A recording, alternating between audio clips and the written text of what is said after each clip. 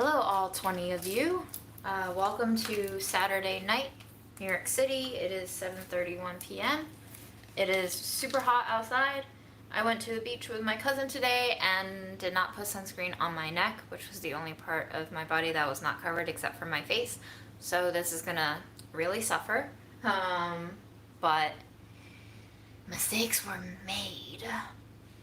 I bought a lotus root.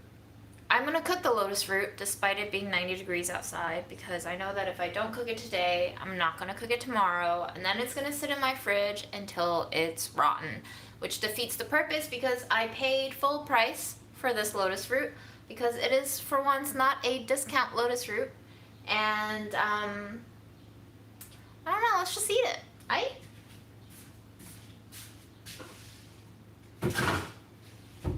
I will, of course, be snacking on other things, such as these mooncakes that I made. I've already eaten 4 of these today, so maybe not eat too many more of those.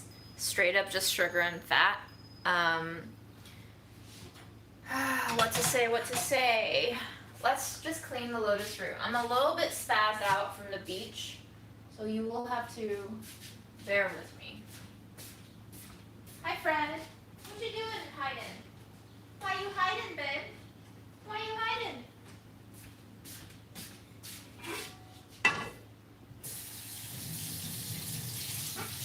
Do you want me to clear the chair so you can come on the chair? Is that what you're waiting for me to do?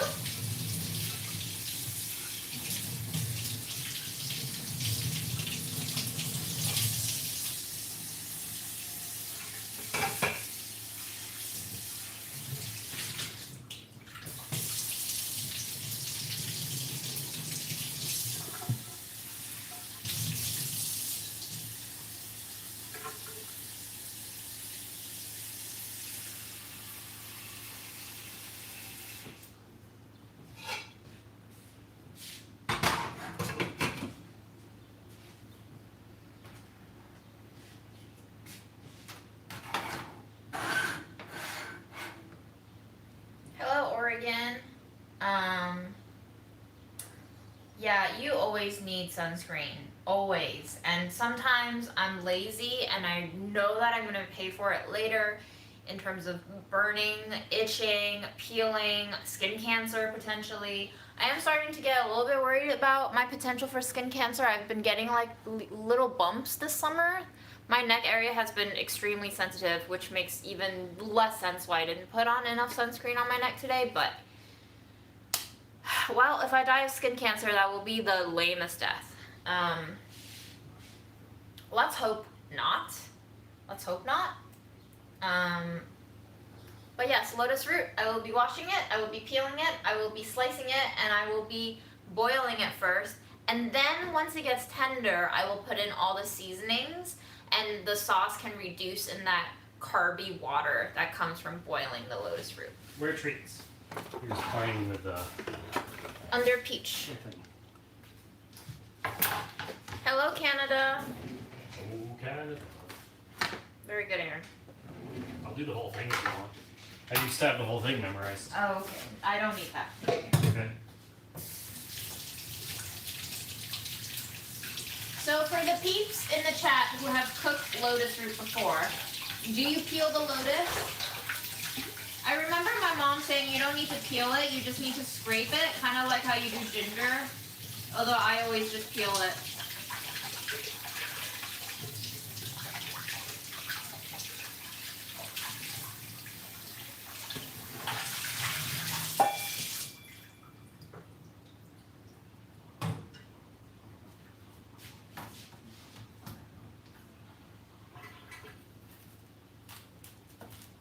How's the collagen mask working out? That sounds fun.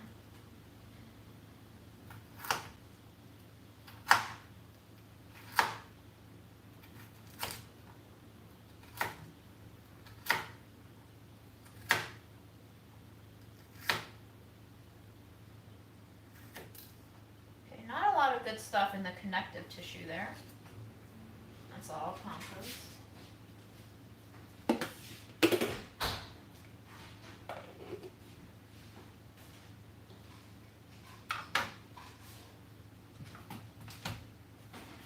lifesaver? Do I want a lifesaver? I'm good. Over.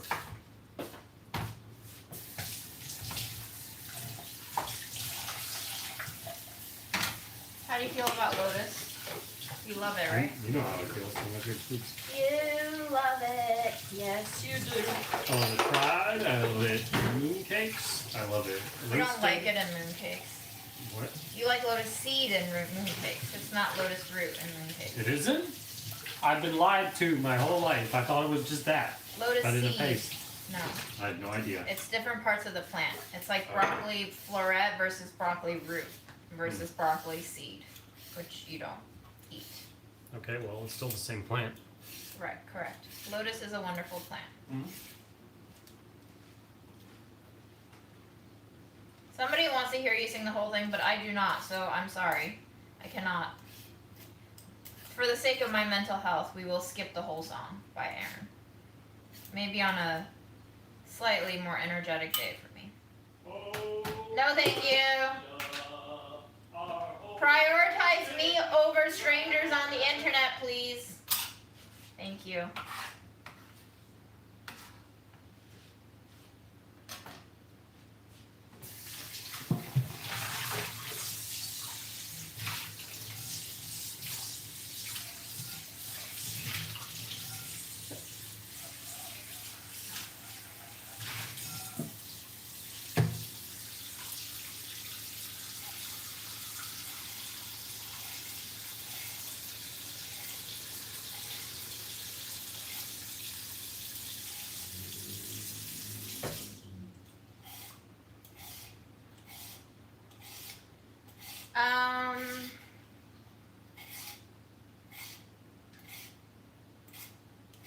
I guess the elephant in the room, well, not really.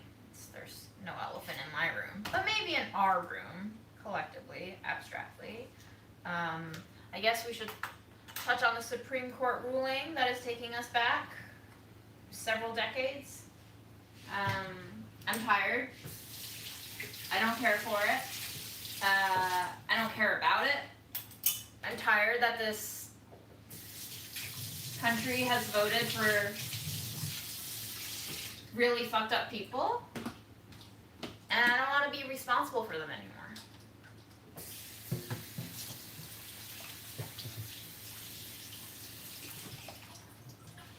And yes, I'm talking about the Republicans, but I'm also talking about the Democrats. The whole thing. The whole thing is fucked.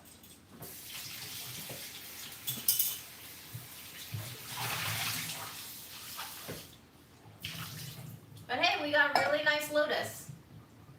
At least there's that. If I die tomorrow, I'm not going to be worrying about what the Supreme Court told us, what we can and cannot do. I'm going to care about the fact that I bought really nice Lotus and cooked it for myself. And as a coping mechanism, that's what I'm going to concentrate on, because I don't have immediate power to change one thing.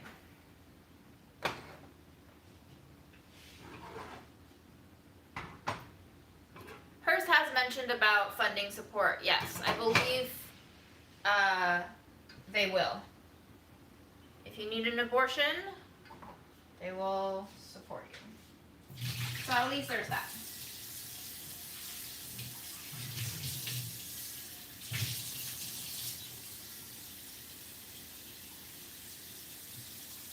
At least Daddy Hearst is not that backwards.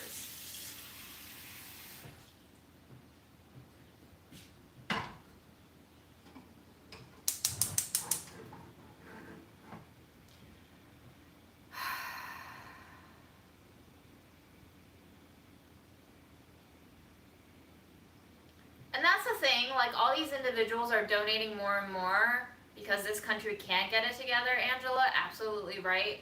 The responsibility is falling on the people doing the most, and none of the people who have been paid and hired to do the shit is doing shit. So, like, why am I paying my taxes? I don't understand. We, you know, in the revolutionary times, we were taught in history class, no taxation without representation. And yes, that was referring to the inclusion of states. But like, I don't feel very represented by our country's government right now. So I don't feel like I should be paying taxes if I'm not represented. So maybe we should hashtag bring back no taxation without representation again.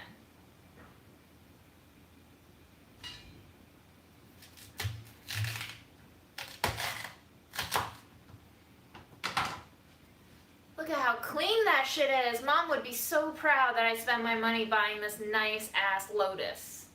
And usually you do it in slices so you get the nice bisection of holes. But I'm just gonna quarter it and chunk it because that's what fits in my mouth better. And I would like life to be as easy as possible right now for myself.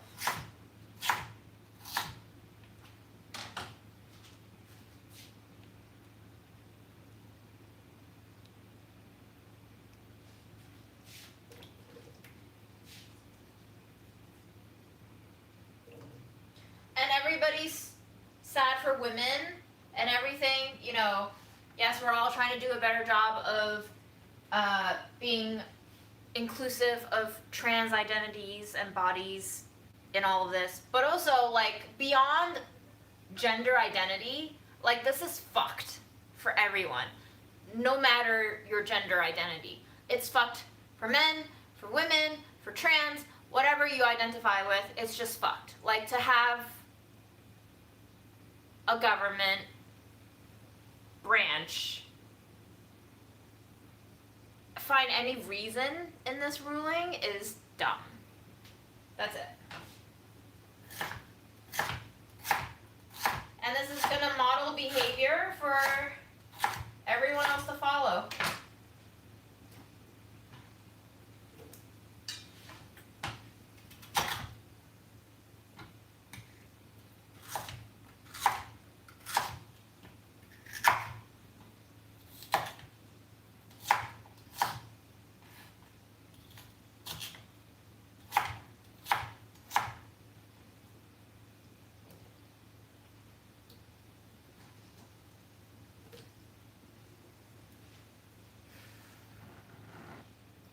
Does Lotus taste like jicama? It tastes like a starchier jicama. Jicama is way more watery. I would think a lot more. I think watery is the only way I can describe jicama. Lotus has a little bit of a milkier, starchier taste to it. So think a potato and jicama had a baby. You have Lotus. And then it has pretty patterns inside. Like this. It reminds me of those paper cutout art.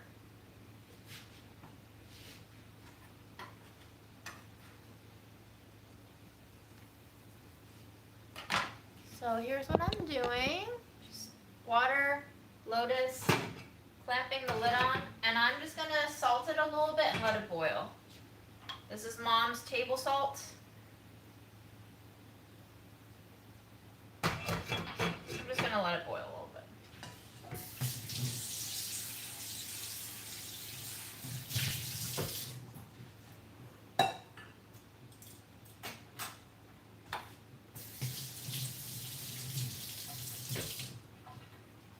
And just also beyond the single ruling, I'm also exhausted. I'm sure we all are.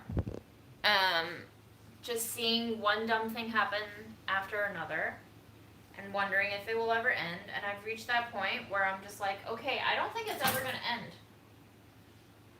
So I'm just gonna stop burning myself out about it.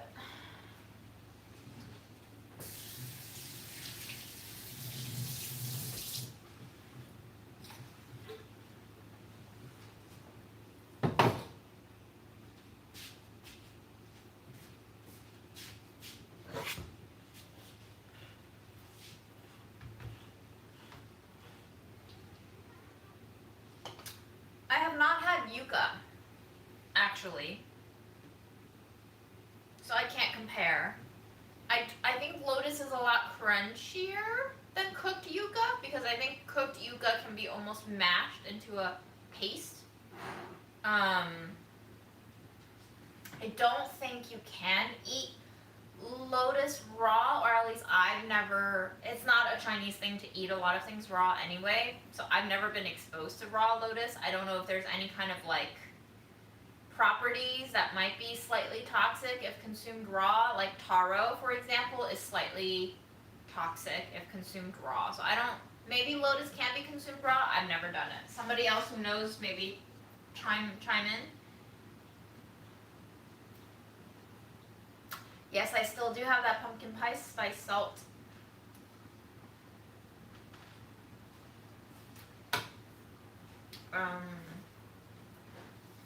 Is lotus kind of like mountain yam? No, because it does not really, well, kind of, but it's not nearly as slimy as mountain yam. What are you making? Lotus. Just lotus. Just lotus. Nice. What sauce? I don't know yet. Cool. We'll figure it out. I'm gonna snack though. Nice. What should I snack on?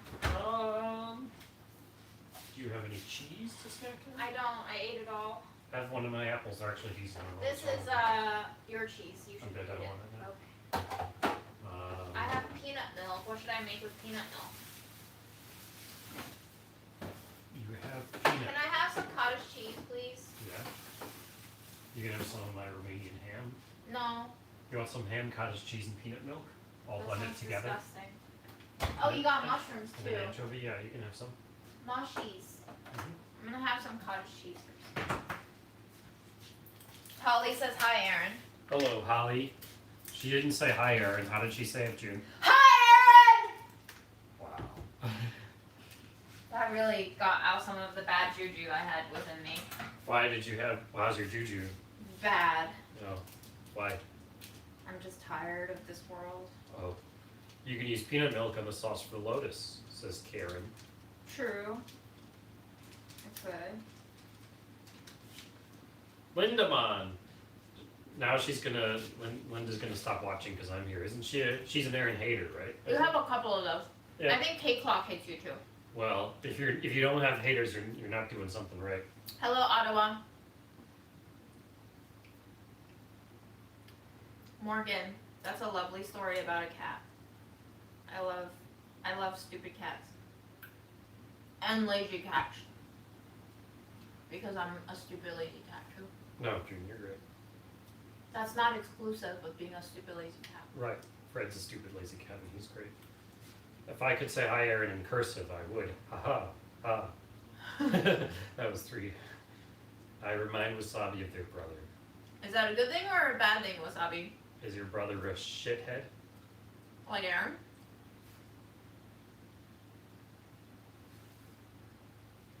People hate Aaron because he's very abrasively in your face about a lot of things. He also kind of carries within him like a middle school humor, which is not for everyone. It's got a really un-PC jackass vibe to it, which, you know, I appreciate in doses, but I'm very burnt out on it after 11 years, almost 11 years of it. Too long. Too long. Yes. I'm just waiting for somebody to say something interesting. I think Fred's favorite is Aaron, Yes. as much as it hurts me to say that and think that. But Fred always... Fuck. What?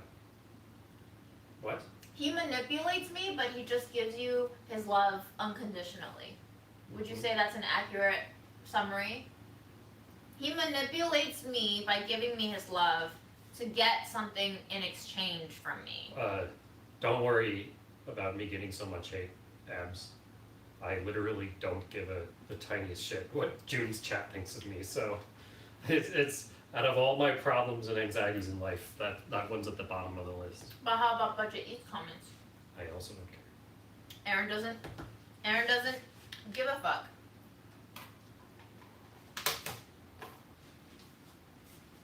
What's next on the snack train? I don't know, do we have food? You can make some of my brown rice farina. Ew. Yeah, you say that every time. I hate it. I don't hate Aaron. He is who he is.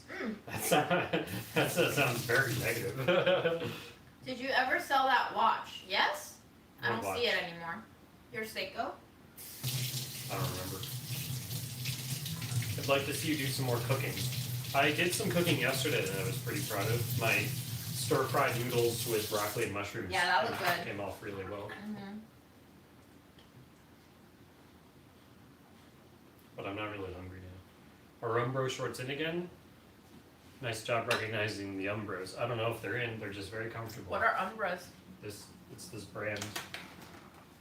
For like Let me basketball introduce you to style. the snack. It is called, I don't know that character, but I'm pretty sure it means crab. So, crab, fragrance, egg yolk, guava. And guava is like the pieces of rice that get stuck on the bottom of your pot. But when you see it in this context as a packaged snack, guava is like these crunchy little puffed rice Luggies. things that are fried. I bought a lot of them. You can see all the bags right there because these bags are expiring on July 5th of this year, and the Chinese market that I went to, that I used to go to with Mom, had them on sale for 4 bags for $2. So I grabbed 8 bags. I already ate 1 bag. I gave Grandma 1 bag, and Grandma did not like this. Can I have the scissors, please? It's in the drying rack, I think. I don't think Grandma liked the flavor very much. I also think this mochi snack is a little bit hard on her, like, very fragile teeth now. But I think the main reason why Grandma didn't like it, well, you ready? Baby. The main reason why Grandma didn't like it is because you have a huge bag puffed, and then when you open it, that's how much food you get. And Grandma was like, that's a lie. Look at how much they're lying. And I was like, yeah, Grandma, like, that's how Chinese people package stuff. And also with all bag chips, especially ones that have to endure shipment, that's all they can give you because they're trying to, like, not break the pieces in packaging.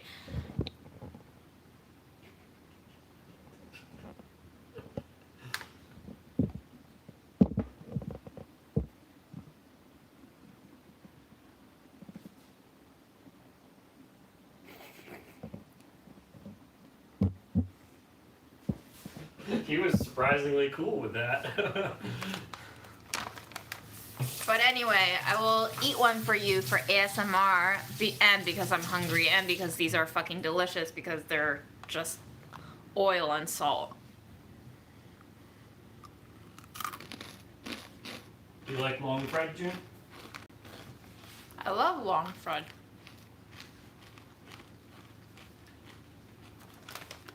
Very delicious. If you like the Trader Joe's mochi snacks, these are like slightly yolky flavored those, with a lot more texture. Bye, Fred.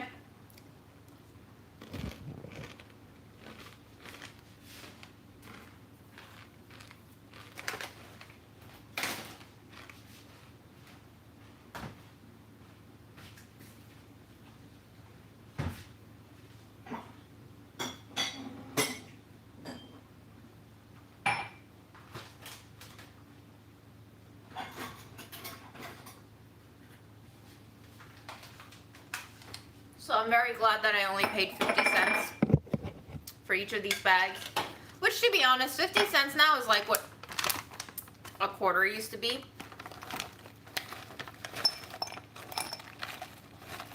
So not bad for a quarter, you know. I went out on the Long Island Railroad today and I paid $9.25 one way to visit my cousin on Long Island, and he drove me to the beach and I watched him fish, and I just like sat on the sand and almost fell asleep and got sunburnt. But I remember a time when I took the Long Island Railroad with my dad and it was only like $5. But that was also when I was like 12. So 20 years have passed, and to be honest, $1 doubling of prices in 20 years is like, I guess not awful? I don't know. I don't know these things.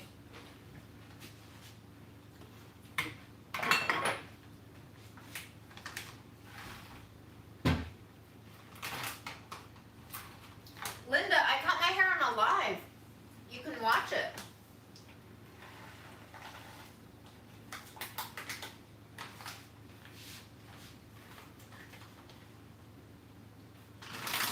Gotta get every last bit of that flavor crystal. All right. 2 snacks down, 20 more to go.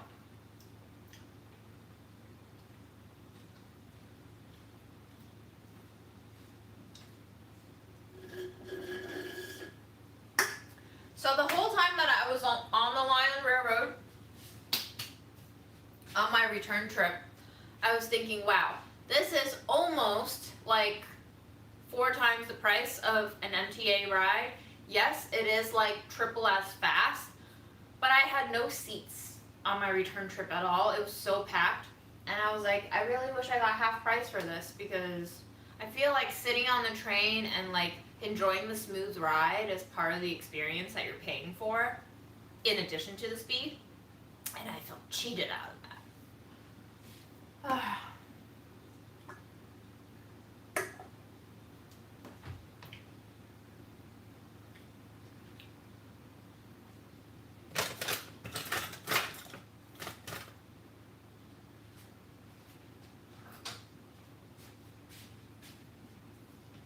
Hi, Crystal.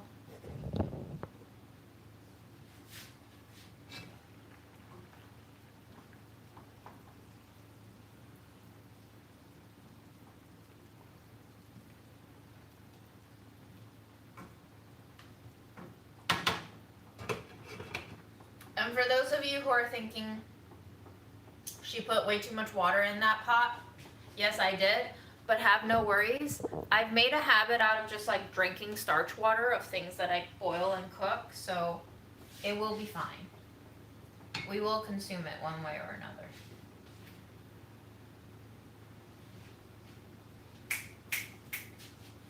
I have had watermelon because Mom's coworker dropped by with a huge one for Grandma, and I'm still eating it actually, and it's quite good.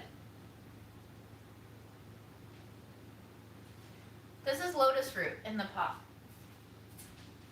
My cousin also gave me this can. He was like, have you ever tried this? And I mentioned how much I like peanuts, and he was like, have you ever tried this? This is 花生面筋.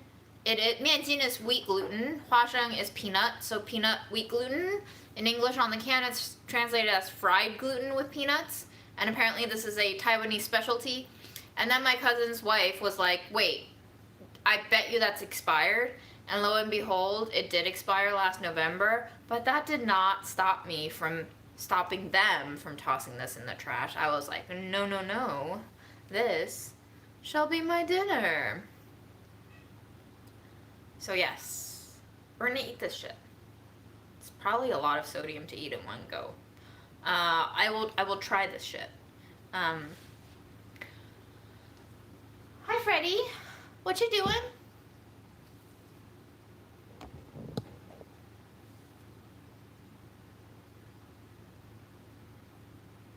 What you doing?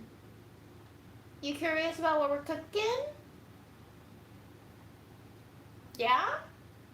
You are? You want to eat some?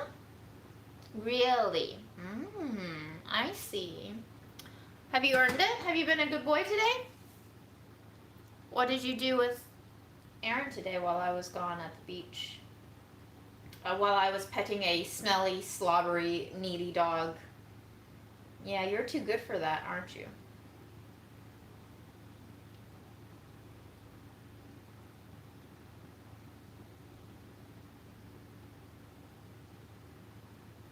Does fishy salty sauce work with lotus root? Sure, why not? Yes, Fred did gain a lot of weight. I'm starting to think maybe he needs to go on a diet. Fred, what if you need to go on a diet?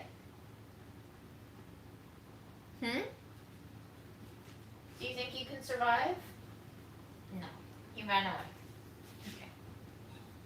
The plan is to cook the Lotus until it is tender and not too crunchy. And then I'm going to start to season it with condiments and make it like a saucy dish. I was hoping to have the water evaporate off a little bit more, but I realized that Aaron's running the AC in the next room over, and I really don't want to like expose too much of this heat to our apartment right now, but it's fine. I'm committed to cooking it. Fred, are you beautiful? Is that what you are? Diet culture is toxic. You right, girl. You right. Power to the booty. Fred's got a nice booty these days. I'm gonna open this freezer, Freddie. I brought these grapes to the beach, and I was like, I'm going to eat grapes on the beach while my cousin fishes. I did not eat the grapes, and they got so warm, so I popped them in the freezer. And they're nice and cool now. Not frozen at all. Very delicious. Third snack. Grapes.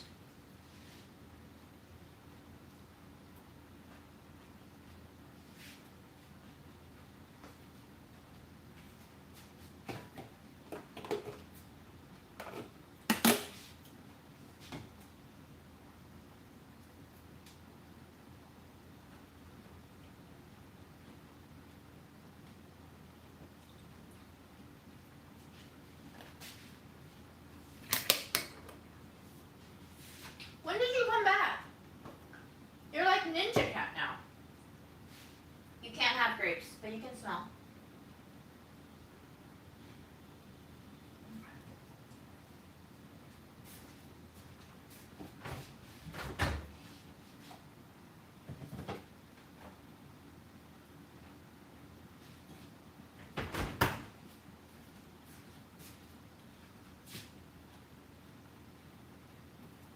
Yes, the egg prices are insane.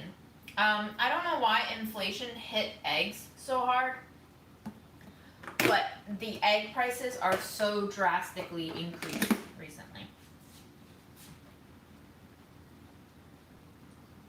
I listen to a mishmash of music. Let's see what's the latest on my liked Spotify list.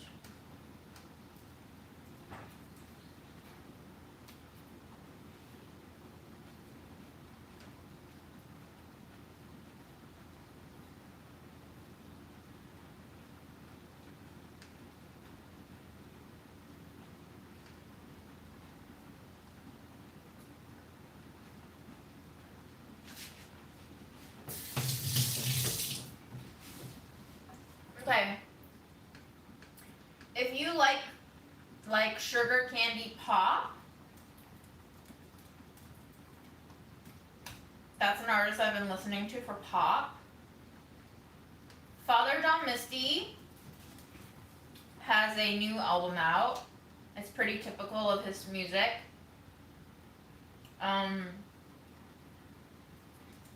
If you prefer foreign language, Dina Ogon. There's one song by Dina that's called Ficht Juen, but I don't know if I'm saying that right. But I love that song. And I'm really into this band called Heather. And that's about it. I have songs here and there from different artists, but those are like the latest.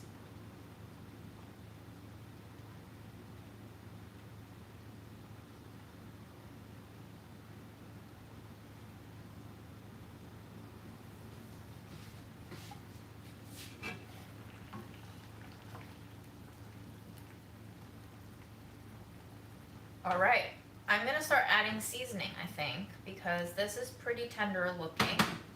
And yes, there is water in here, but what I just thought of is I can add some cornstarch in here later to thicken it up, and it'll be fine. Guys, you are witnessing a momentous moment. here is the last few drops of Mom's soy sauce that I found in her house when she passed away. We're gonna use it, and I don't know.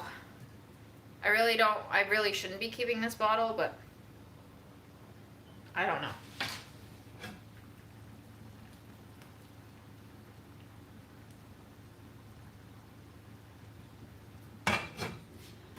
Okay, there it is. Thanks, Mom.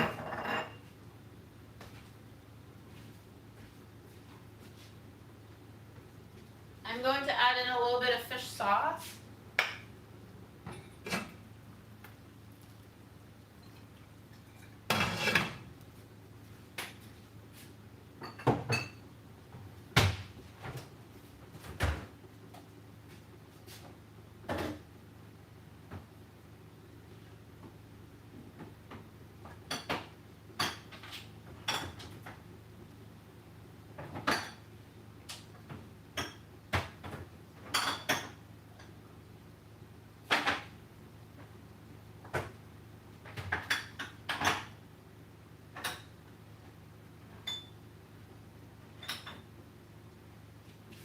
Well, I'm gonna add in some of this chili crisp because it's not too spicy.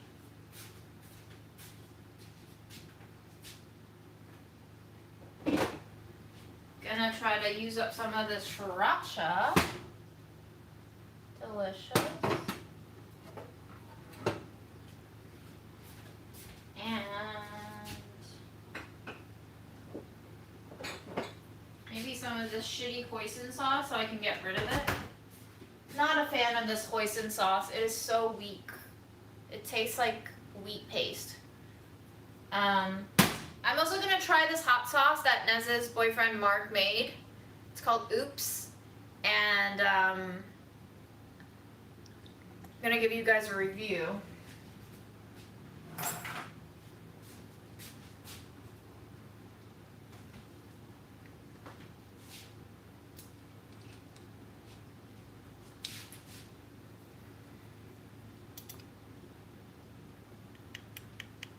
It's got like a grapefruit pink / canned salmon color.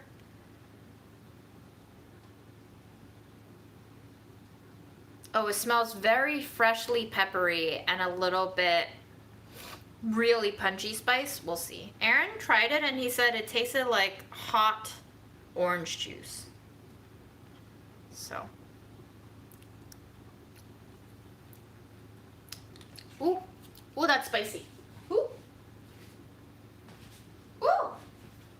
Ooh, I don't know what pepper that is. Habanero, that's habanero. Oh, oh ho ho ho ho. We're gonna eat some of Samira's peanut butter that she brought back from the Netherlands for me. Amsterdam. Is Amsterdam in the Netherlands? Did I get that right? God, I'm so ignorant. That's all that there is left. She gave it to me like a week ago, and I finished my jar from the expo, which was by Cozy, the Sweet Ella peanut butter, and I'm almost done with this one because I have a peanut problem.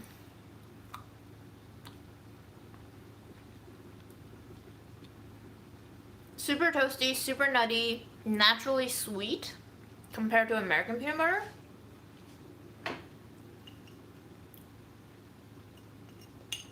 It's just got a lot more like specks going on in it.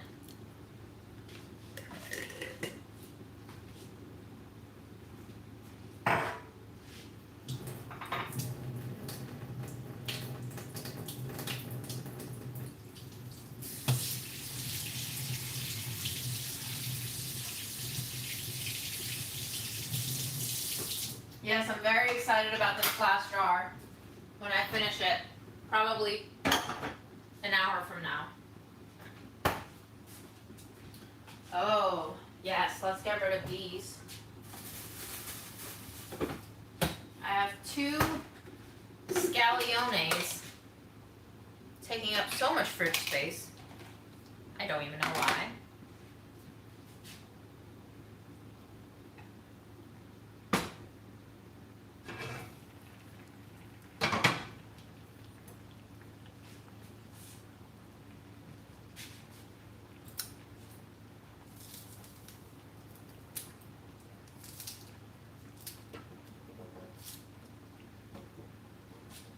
didn't see any of that.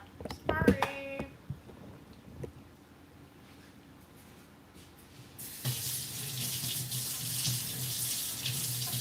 Hello, Fort Wayne.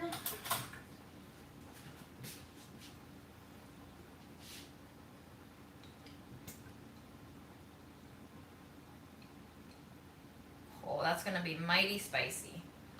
That was a lot of sriracha.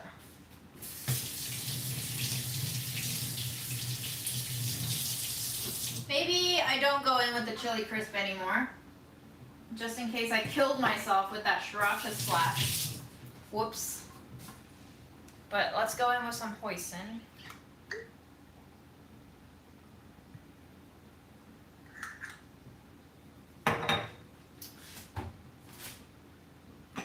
A little bit of Mom's white pepper.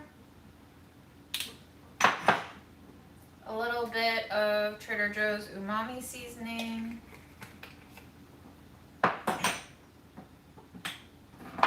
A little bit of cumin.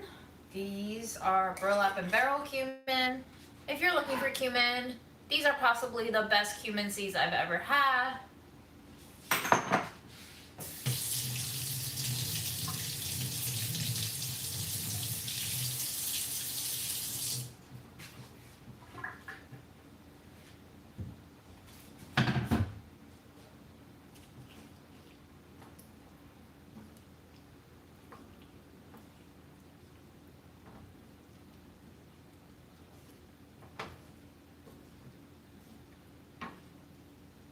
I'm also going to go in with a little bit of garlic powder because I don't want to peel any garlic right now and I'm fucking lazy.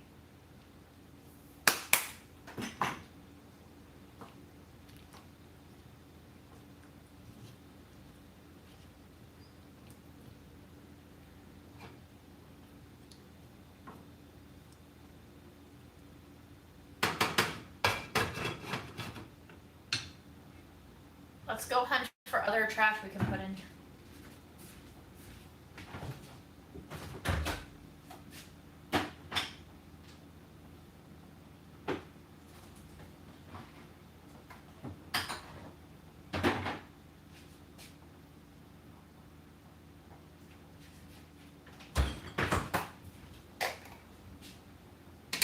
A little bit of pisang doubanjiang, which is like the basis of fish fragrant eggplant and mapo tofu and all of that shit. Good stuff. It's probably gonna be salty as fuck.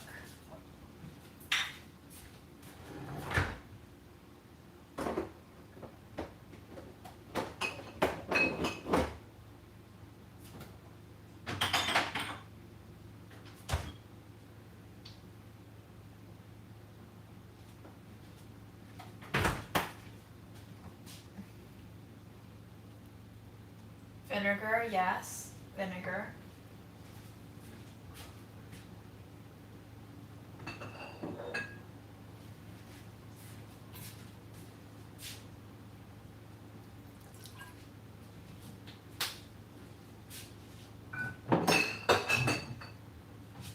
So I'm actually running low on sugar, so I do need to buy that.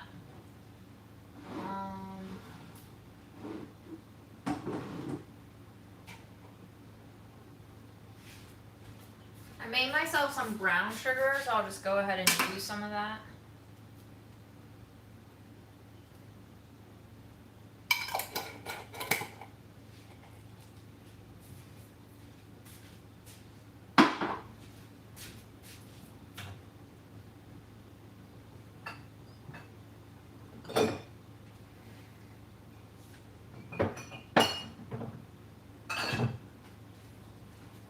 A little bit of Chinese black vinegar.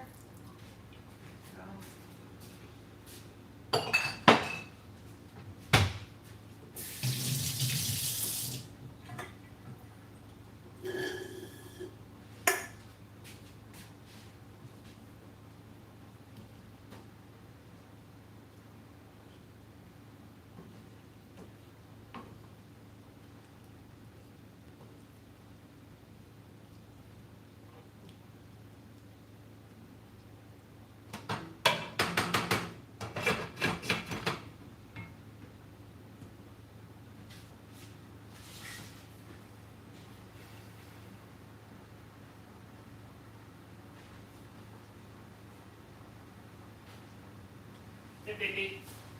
Come here. What are you offering him? This. Oh. Okay. These smell great, June.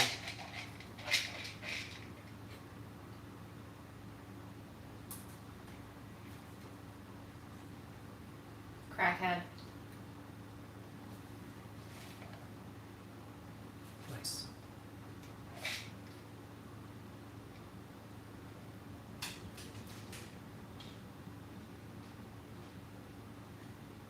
I'm tired. Mm-hmm. Really tired.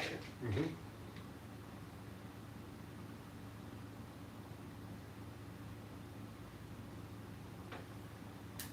Uh-oh, you made Holly's cat hopeful about getting a treat too. Well, don't do that! Their cats are gonna be so confused.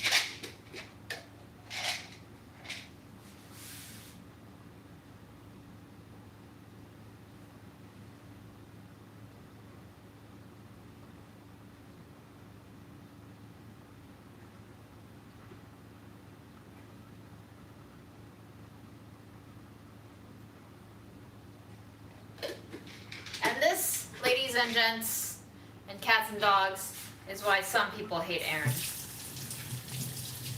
But it's okay, if you're here, you probably don't hate him. Are you gonna reduce that a lot?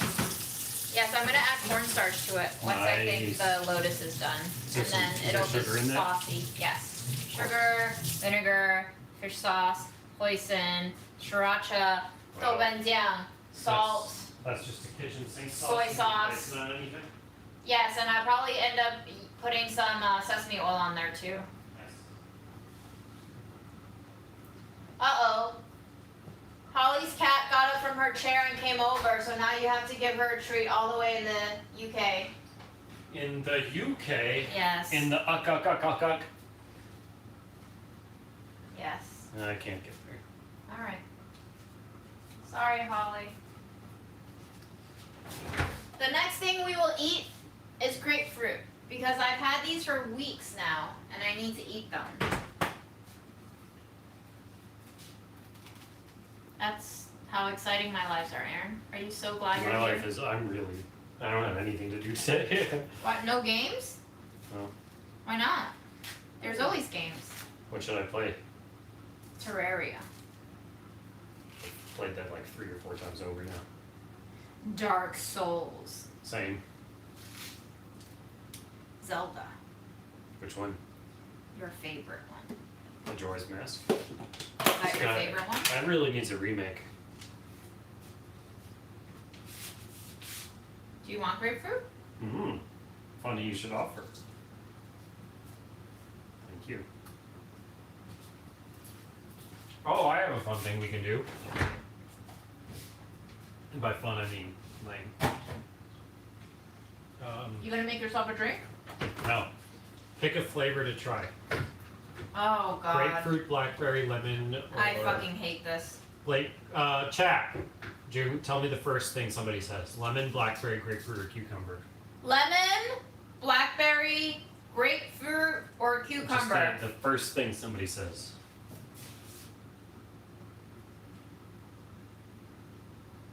Blackberry. Alright.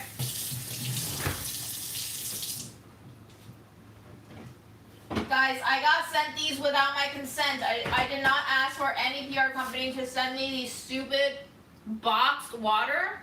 Boxed water is one of the worst products ever created. If any of you buy this shit, we'll hate you forever. Well, this is the water they serve at Coachella, so that should tell you something. I don't actually know if boxed water is a little better than bottled water. Technically, the cartons. Well, bottled water. This is plastic. Yeah. The lid is plastic. Bottled water bottles are. I can't fucking talk. I'm so angry. Also- I'm so angry. Also, Tetra Paks are sometimes not recyclable. Right. These might be less recyclable than regular Plastic. bottled water for all we Yep. know. And I'm pretty sure cartons are actually coated with an inner lining of plastic too. Mhm. It's not just cardboard. Right. So it's multiple materials. And then, unlike bottled water, which at least has the decency to just be like, yeah, we're just shitty bottled water. It's just water in plastic bottles. What the fuck do you want? If you're thirsty and that's all you have around, drink it. These guys try to make themselves seem so fucking cool and better than everything else, even though they're probably even worse. Alright, get your glass. Yeah. So I will tell you what their box says to give you a lowdown on all the greenwashing. Sustainable. Instead of plastic bottles and aluminum cans, we are made from 92% renewable materials, mostly paper. Even the cap is plant-based. Isn't that our favorite word now? Plant-based plastic is still plastic. What does it look like, June? It smells like the bathroom cleaner I remember does. from my childhood in Beijing. We should cheers. Grab me a tiny teacup, please. Tiny teacup. A single one of these is $5. Is that true? One of you looked it up? Oh yeah, and it's unaffordable. The expiration date is November 26, 2024. I got you a clear one so people could see it. What color is it? Watercolored? It literally smells like the childhood memory of Beijing bathroom cleaner at my at my elementary school. Cheers. I hate this so much. Oh, this is awful. It's like seltzer that's gone completely flat. It's like somebody took a Tums and dissolved it in water. That's what it tastes like. You know everything you love about seltzer, that it's bubbly and refreshing? Fuck me. It's not this. Somebody had a great idea, put alcohol in it. Yes. I'll do that. It's Saturday and I have nothing to do. Who gives a shit? But I finished the rum. Should Guys, please don't buy this water because one, it's awful. It tastes disgusting.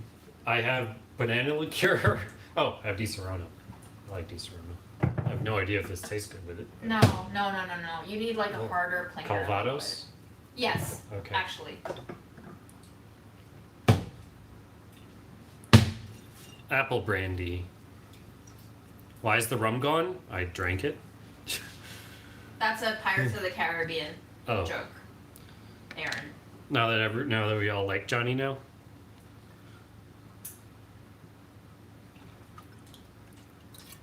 Okay.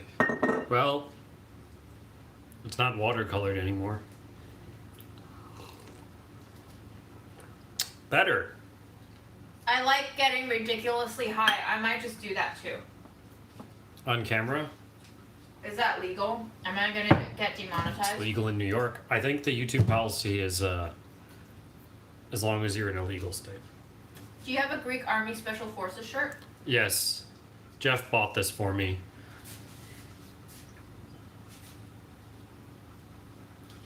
Good eye. Apparently it's like something to do with Greek right-wing paramilitary or Greek fascism. Jeff had no idea when he bought this. He just thought it looked cool and had a Greek shit on it. And now you wear it ironically because you are a hipster? I wear it because it's a shirt.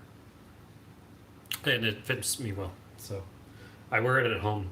I don't want to be seen out in my fascism shirt. But I would, I guess, if I thought. Well, you're being seen by 200 people right now in the fast. Yeah, but 200 people I don't give a shit about. Jeff is Aaron's brother. Correct, Karen. No, not correct, Karen. Just let him have it. Okay. Boxed water could be an emergency thing instead of plastic, but not push it as better and reusable. That's how they're gonna push it, though.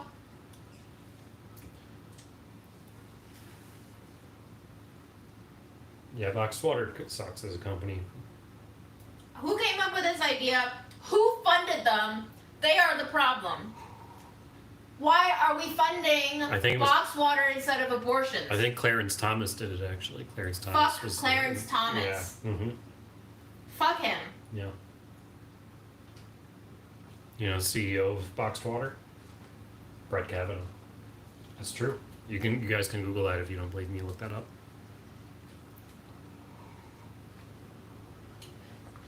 Listen, if you have beef with me calling French feta cheese feta, you need to take it up with Parrot, which is where I bought the cheese, and they have it labeled as French feta.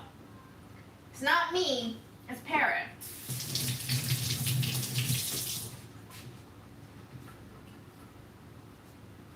You want to taste boxed in Calvados? No, Okay. it's disgusting. Ooh, this looks good. Can you pan the camera down?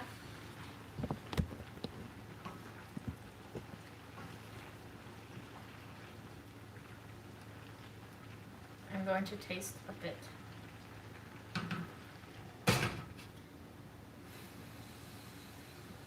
Pan camera up again, please. Thank you.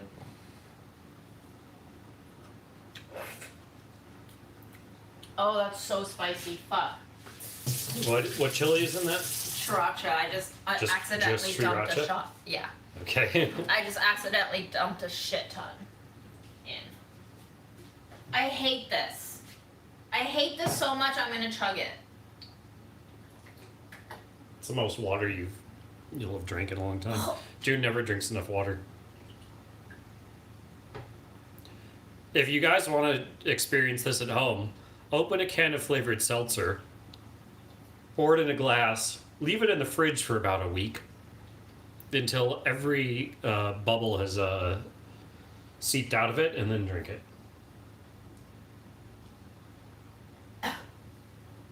Okay. I chugged that because I was thirsty and it's cold and I'm not gonna dump it down the drain because, like, god damn it. Can't believe they manufacture this. I want to show you what's on the inside of this, okay? I don't care what it's made out of. We don't need more shit that is paper lined with metal. Like, Is it metal? Or is it a kind of plastic? It's probably a kind of plastic. listen, I don't know what It's it a is. composite material is what it is. You can't recycle this shit. You're gonna have to tear it off before you can. Yeah, Nobody's gonna tear off these cartons. This is recyclable, but this is also wax. You can't recycle wax paper. You can't recycle your paper cups, Aren't by the cartons way. explicitly recyclable though? Like milk cartons are. Maybe, but Yeah. under the The plastic New York metal City it stream. says yeah, in the plastic metal stream. New York Can we City, recycle this? You can put. They say it's on all the posters that you can put cartons in that. I'm so angry. And then this comes with a plastic mouth spout. Like, it's plastic embedded in paper, embedded in potentially plastic, metal, whatever. Okay.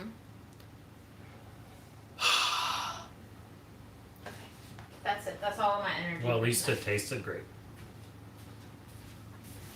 So am I trashing this or recycling this? I don't get it. I don't know. Doesn't matter. Truly doesn't matter. But it's plant-based. Yes.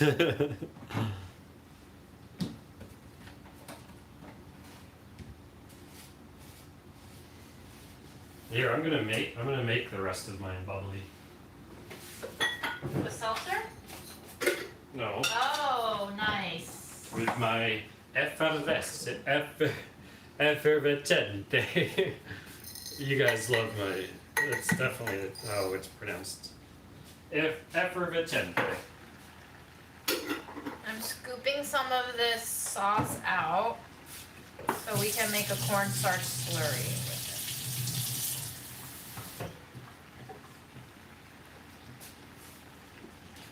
Well, now it's bubbly.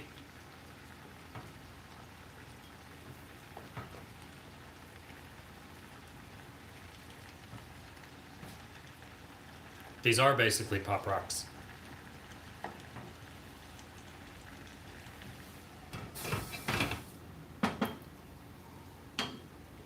Italian Pop Rocks. it. Did you ever have a Neopet, Aaron? What's that? Oh, guess not. Guess not. I had a Neopet. It was like my life. The sauce should be eaten with rice, you're correct. Are you gonna make rice? Are you gonna make rice? I can make us rice. I'm so tired. I don't want to make. Can you just make some of your brown rice farina and get that shit over with? No. It's basically Alka-Seltzer. It's marketed as an Italian like digestive thing, but it just makes everything you put it into bubbly and lemony. So I just drink it like seltzer. It's not salty. It's a little sweet, a little lemony, and then it releases these like bubbles.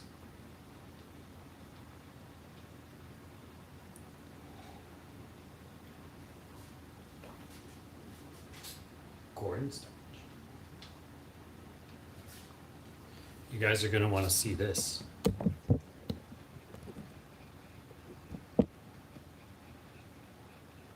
What do they want to see? When you put the cornstarch Shit. in. Well, I need some paper first because I have dribbled all over the floor.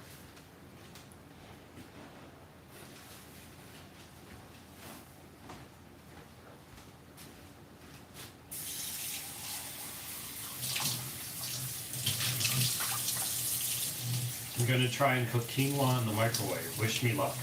Good luck. Adventurous.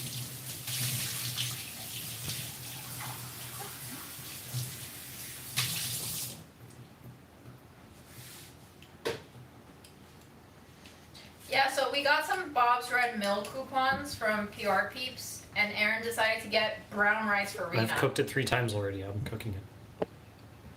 I just Let think it be. it's- Let it be, June. I just Let it think- go. Thank you.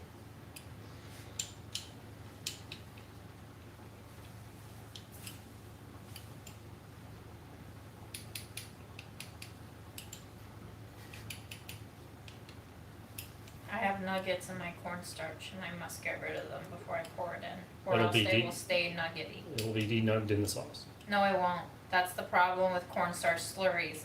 If you don't denug them before they go into the grand pot, they will never get denugged. It's so frustrating. Le grand pot. You must denug it when it's still denuggable. Have you guys seen June's mooncakes? They're awesome. She did really well. Meow, Freddy, meow.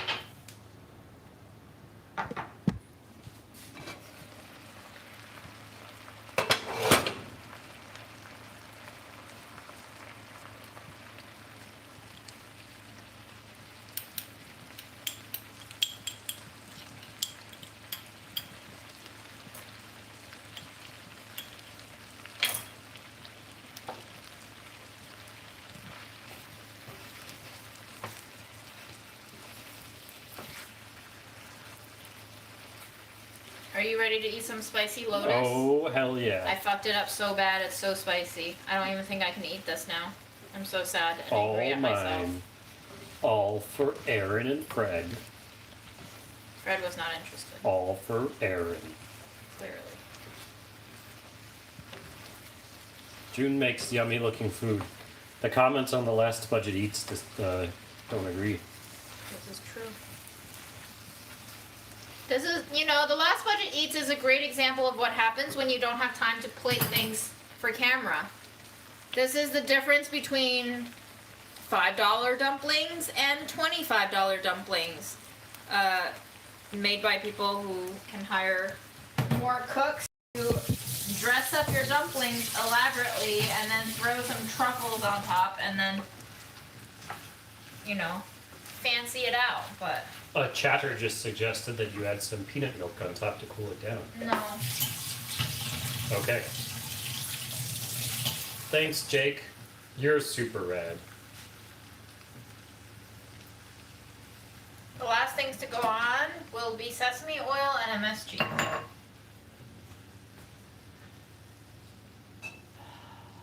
Do I have sesame oil? Oh, it's out.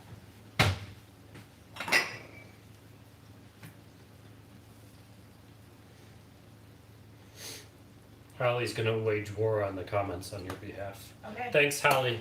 That's where we need our energy We directed really in this don't. country right now. We is really defending just- June in the comments. We really just need to get fucking abortions because I don't want any more humans, period. And I want anyone who wants an abortion to fucking get an abortion like it's as easy as opening a bag of chips. Okay? Okay? That's what we need. Thank you. What did I say? MSG.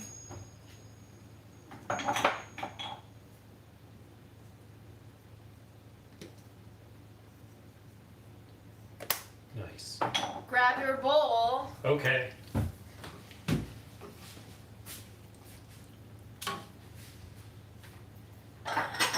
challenging the gentle.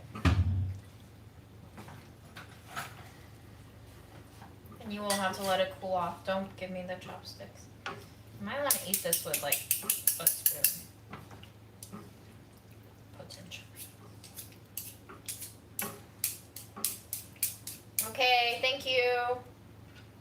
Please stop. Did you ever hold your chopsticks like this as a kid? No. Did you ever go two-handed? Somebody never got beaten as a kid, that's for sure.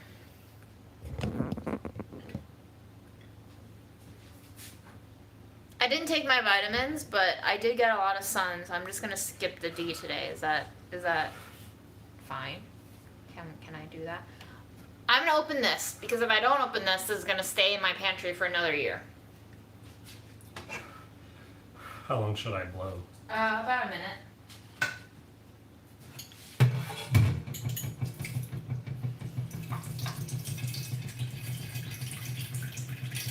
Are these candied? Did They're they not get to that that? much sugar. Okay. I like candied Lotus too.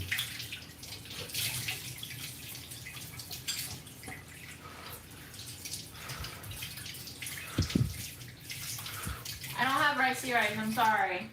I'm too tired. Molto bene. Molto bene? Mm-hmm. Are you lying to me? No, it is molto bene, yes, June. Okay. There's a lot of flavors going on here. Correct. Too much? There's That's what you say when you think there's too much flavors going on. a lot of different flavors. It overall tastes good, but my mouth doesn't know where to settle on. Well, perhaps we open this and throw even more flavor in. What is that? It's fried peanut gluten. All right. Fried peanut gluten, everybody.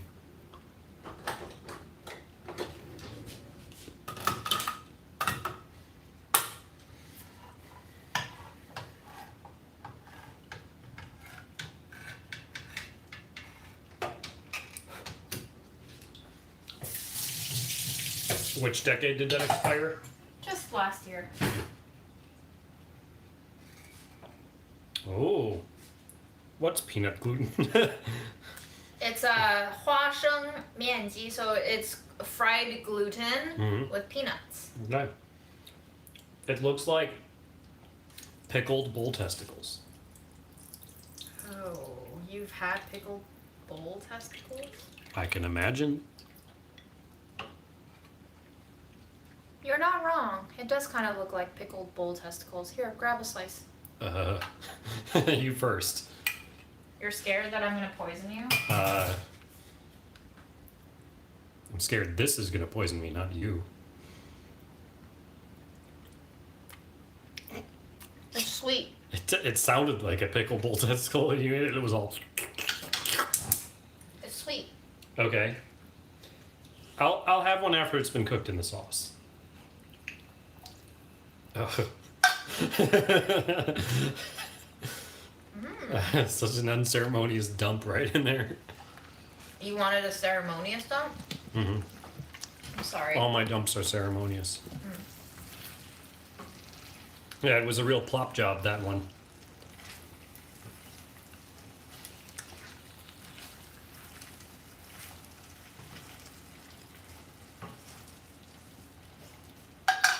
It's gonna taste so good. So good. Oh, yeah. Does Aaron have a deviated septum? No. What? Why? What? Actually, that might mean that, like, you breathe weird.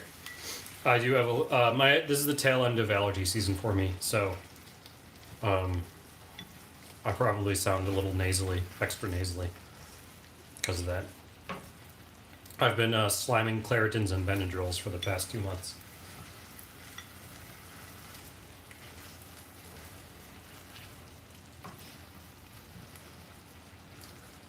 It's gonna Alright. taste so I'll good. taste Hey, one now. common utensils. You know your manners. Here's my pickled bull testicle. This is real ploppy. You guys hear that?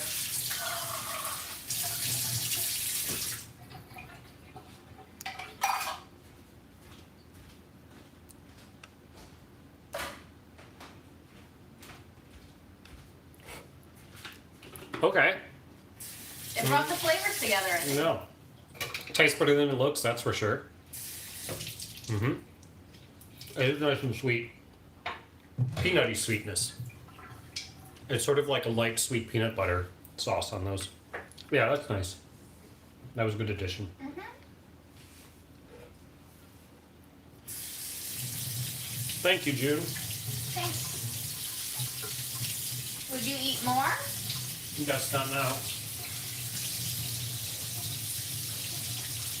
You guess not now?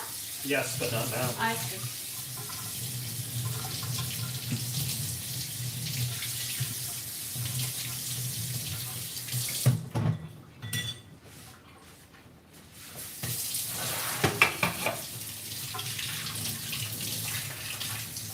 Will you just give this a rinsey rinse for me? What was in there? The scallions. Okay. It's very clean. It is kind of like those tofu pouches, yes. Exactly.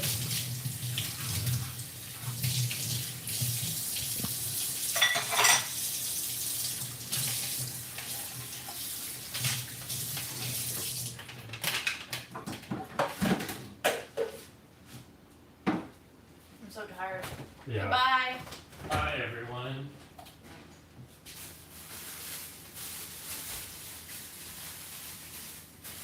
I wish I had meat. I'm gonna eat my boiled eggs. Is 3 eggs too much to eat? I don't care. I'm gonna do it. Says you can't eat 3 eggs. Well, it's just a lot of like cholesterol, I think.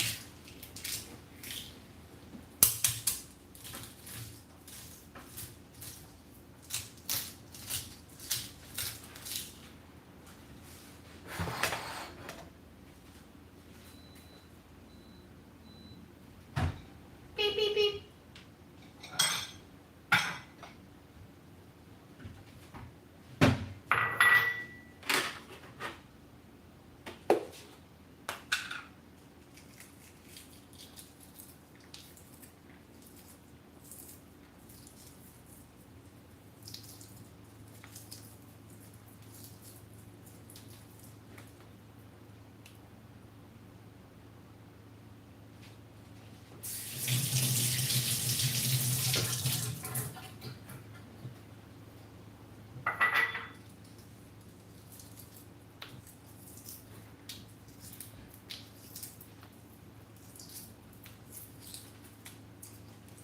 Leslie had a good idea. Uh-huh. She said maybe boxed water would taste better if you made it into ice cubes, flavored ice cubes. Disgusting. Okay, it was a shitty idea. I just think the box water is disgusting. It is. Both in concept and in taste, and I don't want to put any more energy into making a better product for them. I am offended that such a product exists.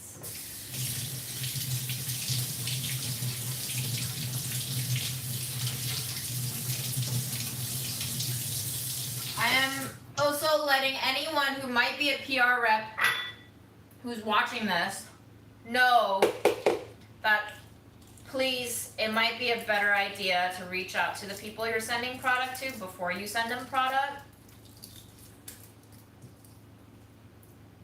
But I guess any exposure is good exposure for certain parts of our industries. So maybe I gave them what they wanted anyway.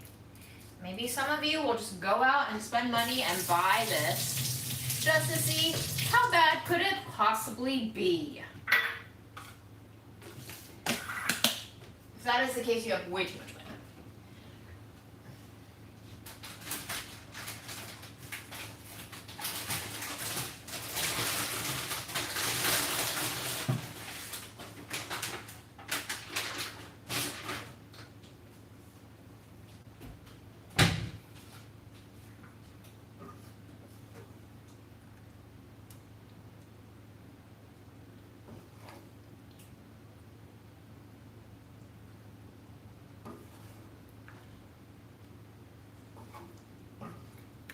I was hoping I could eat more of this Lotus so that I could get some health in. But instead I just made a sodium bomb. But here it is. Here's dinner.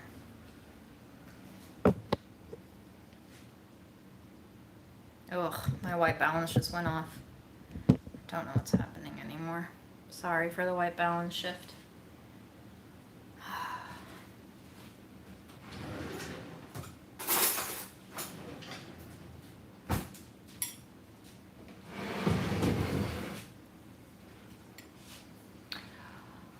Oh no, why are you breaking up with your boyfriend tomorrow?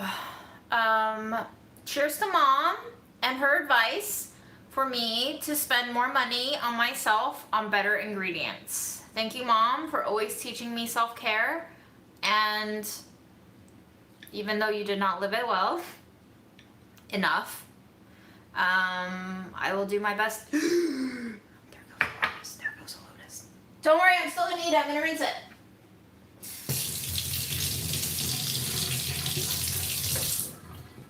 Use a bigger bowl. Don't be like me.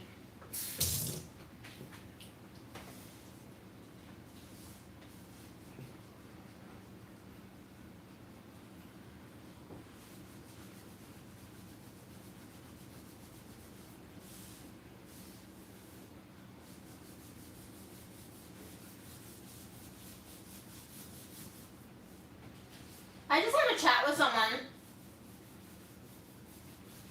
And I was telling her about my mom passing away and some of my thoughts concerning her habits and what she said to me and what I've been learning in the aftermath of her dying. And she said to me, and nobody ever put it quite this way, she said to me, I think it's a gift from your mom. And like a part of me was like kind of taken aback and shocked to hear that. Like, how could my mom dying be her gift to me? But maybe it's true, and maybe it's kind of beautiful to think about it that way.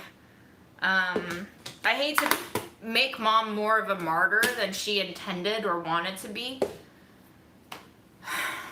But one, she's dead. And two, she did spend quite a bit of her life literally giving me everything, whether or not I wanted it. And maybe her death is sort of a gift to me in that it really was a final lesson, driving home how important it is to actually put all the things that she told me to do in action, and learning from her self-negligence what not to do. That surge protector is a nightmare, yes, probably. Will we die? Maybe. Does it matter? Not really.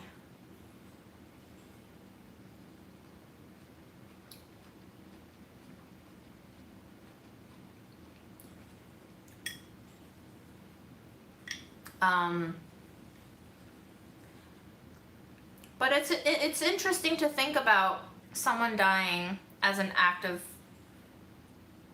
a gift of sorts.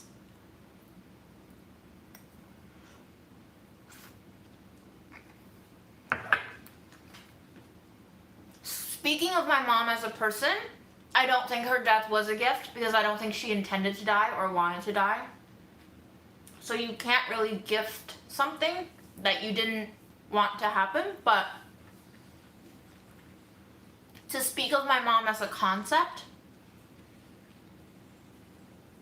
to kind of depersonalize her and treat her in terms of viewing her as my mother, the eternal giver.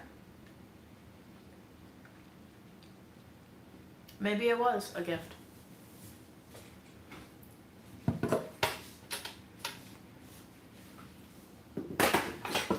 I think I was talking with Zach, the video editor behind all of the Budget Eats videos, about how much I loved The Giving Tree as a book.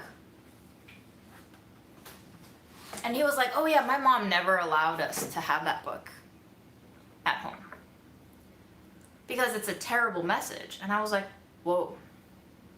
Because my first exposure to The Giving Tree was in elementary school, in the library, during story time. And this was at a point where my English wasn't so good and this book was so simple that I actually understood it. And I was like, that's so sweet. And I like cried. And then every time afterward that I read it, it made me emotional and nostalgic and sad and like romantically, or rather romanticizing this idea of like this really twisted toxic relationship. There's no consent, kind of. And the tree is a martyr. And I was like, damn, Zach, like your mom's right. Like that book is fucked up.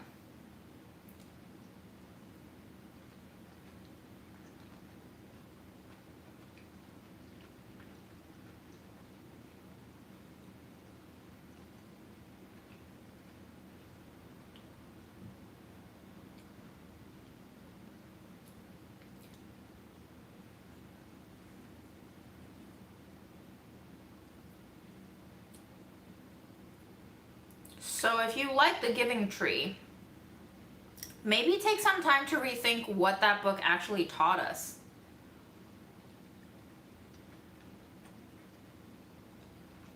What is it teaching us to value?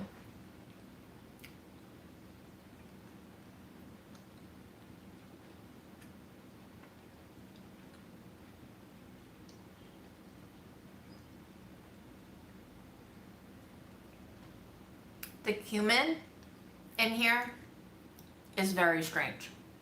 And I think that might have been the one flavor component that really didn't fit with everything else. But because we added the peanut gluten, the cumin fits better now.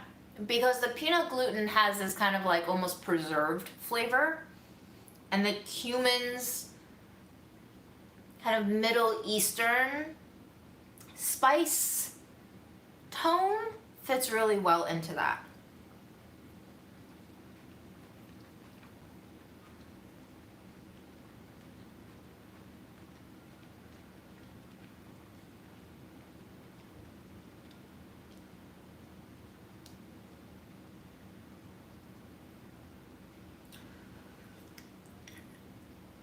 Oh, Doc. I don't know if you want to hear I'm sorry's anymore. I don't really know what to say when people tell me their loved ones have passed away. But I do just want to remind anyone who suffered a loss recently to just try to remember to take care of yourself, because your loved ones probably would have wanted you to do just that. So take care of yourself.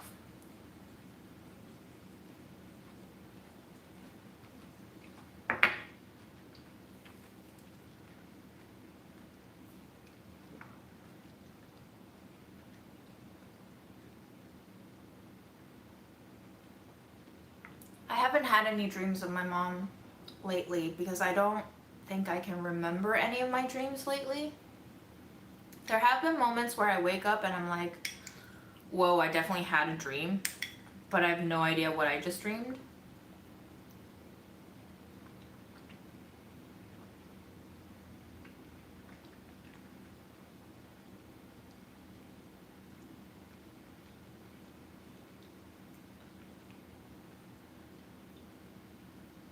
In the aftermath of my mom's death, and maybe some of you can relate to this, there was a lot of guilt, a lot of shock, a lot of numbness, a lot of frustration and anger at the world, at how our universe works, at whatever is in charge of making things appear and disappear. That I both consciously and unconsciously went into a period of self-neglect, which is not really something you can control sometimes, so that's fine. But if you do realize that you are neglecting yourself purposefully, I would urge you to take a step back and to think about what your loved one would say to you in that moment that they see you in your suffering, and whether you can have some courage and love to pay yourself a little attention and to nurture yourself and to be there not only for yourself but to be there for you, for your loved one who just passed away, because they probably would want to be there for you and they can't be. So you have to do it for you and for them.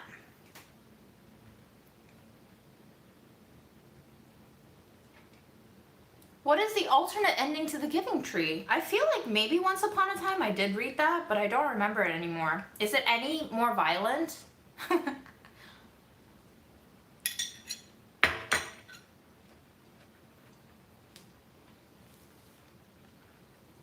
I have been smoking more this week, yeah. I think I probably smoked like 4 out of 7 days. I've been needing a lot more help falling asleep.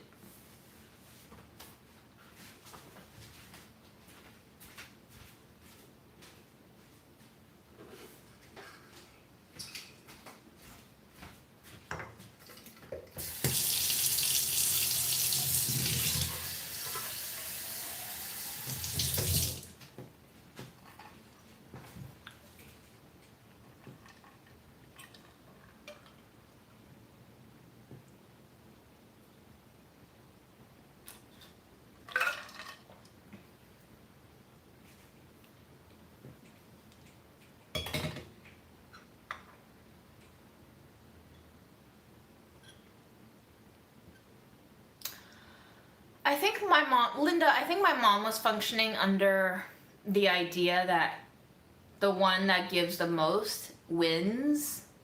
I want to say for myself that that is a very fucked up fairy tale to believe in. First of all, there is no winning life, is what I've decided to tell myself in the aftermath of my mom's death.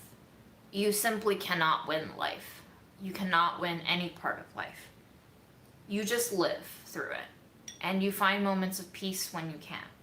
And you find moments of contentness and maybe even happiness if you're lucky. And what I mean by lucky is not like you win the lottery, congratulations, you have a lot of money now that can make you happy. What I mean by lucky is sometimes we might just be fated to be more pessimistic, optimistic, happier people, sadder people, people who think a lot and people who don't think that much, and all of those things and more factor into how we perceive the world. And for different people, there might be different definitions of what it constitutes to be lucky. But some people, I think, are just granted an easier time of finding their place and peace in the world. And yes, of course, socioeconomic status factors into that. I'm not denying that it does, but I'm also saying disposition and genetic what have you is also part of the composition of that formula. So I don't think you can win life. And I don't think I want to try to win life because I don't really believe there is anything to win. I don't think the prize is worth it, even if it exists. And I think it's way too hard for me to push myself to do anything with the expectation that it would give me something worthwhile in return. I don't believe there is anything worthwhile for me on this earth. And I am coming to peace with that. If I can accept that there is nothing of value here for me, then I do not feel the pain of not acquiring it, of not having it. And I stop comparing myself to other people, which I think is the root of all, if not, yeah, I would say that's the root of all of my miseries, is comparison to people. I'm not as healthy as them, I'm not as pretty as them, I'm not as accomplished as them, whatever it may be. I think that all comes out of comparing myself to someone who I think is doing better. And that I should be doing as well, or even better than they're doing in order for me to win. Like that mindset, the winning mindset, is a killer in a terrible way.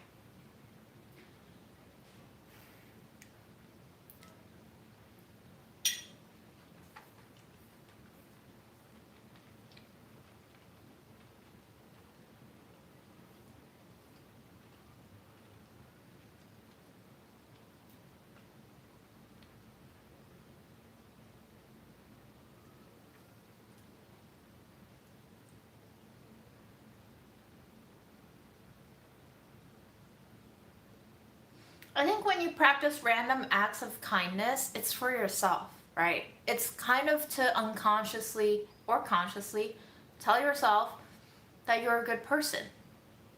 And that when you perform an act of kindness, you are in essence performing what you think a good person should do. And by performing that identity, you solidify your own self in that identity. So performing acts of kindness is probably more for yourself than for other people. My mom tried to practice acts of kindness all the time. People, including me, did not appreciate her for it. And I told her in the last 2 years before she died that, like, she can do whatever she wants to with me, to me, and I might not appreciate or thank her for it or recognize the value of her actions, but as long as she does it and it makes her happy, then I encourage her to do it, to keep doing it. So I told her, you know, like, you're gonna keep telling me that I need to eat more of this or less of that. Excuse me. That I need to dress more or dress less. And, like, I don't need that. But if it makes you happy, Mom, to do that, to keep doing that, even knowing that it's not really helping me, then you do it. Because you do it for you.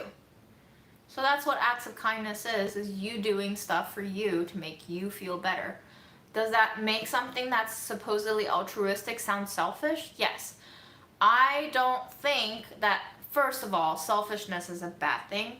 I don't think that, second of all, selfishness is exclusive of altruism. I actually think they are one and the same.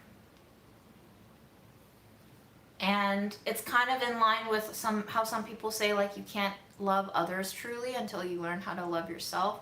It's a hard thing to do. But if you know how to love others, then you also know how to love yourself. And if you can't love yourself, then it's probably time to ask yourself why it is so much easier to give that love and care and attention and time and effort to other people than it is to give it to yourself. It all boils down to what issues do you have with yourself that prevents you from having a good relationship with yourself. And I think I struggle with that. I think a lot of people struggle with that. And I think it's something worth talking to yourself about.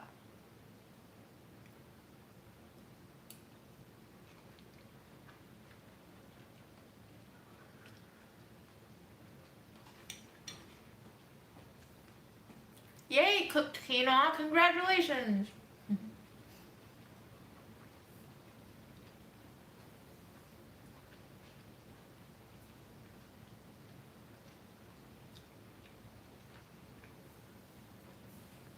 Acts of service are one of my love languages, absolutely. I'm sure it was Mom's too. And I definitely did not give her a lot of love back in that way, unfortunately.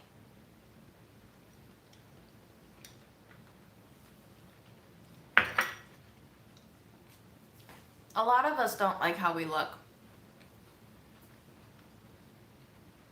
We continue to beat ourselves over about it. And it makes life harder. I think it is a productive conversation to have with yourself, to ask yourself what the priority in life is. Do you want to look good all the time? Or do you want to feel good all the time? If you want to look good all the time, you have to change your diet, work out a shit ton probably, especially if genetics is not on your side. Again, some people win the lottery and some people don't. And there's a lot of self-policing and self-maintenance that you have to do constantly. It's not something that, like, you do enough of and you can stop doing it. Like, that's not how looks work. It is a constant job to look good. So you have to ask yourself, are you willing to do that work to constantly look good for the rest of your life? And is it really sustainable for you to base your happiness on looks? Some people, it's worth it. It's really hard for me. because it makes me hate myself, and I'm always inadequate, and I'm always failing, and I just feel like I really need to stop doing that if I want to make life less miserable for myself. So that's my priority right now. Life is really hard for a lot of us. I don't have it the hardest at all by any metric. I have friends, I have family, I have food, I have shelter, I have health insurance, I have a job. I have everything I need. But life can still be taxing, and my priority, especially given that I have all of these basics, is to make life as easy as it can be for me. And a lot of that is just relinquishing control over my looks and my self-perception, and trying to be okay with being out of control, and trying to be okay with aging, trying to be okay with gaining weight, not fitting into my clothes that I fit into a year ago. I'm not succeeding all the time. But if I don't try, then I know I will be more miserable. So it's all a mind game, really. It's all a mind game.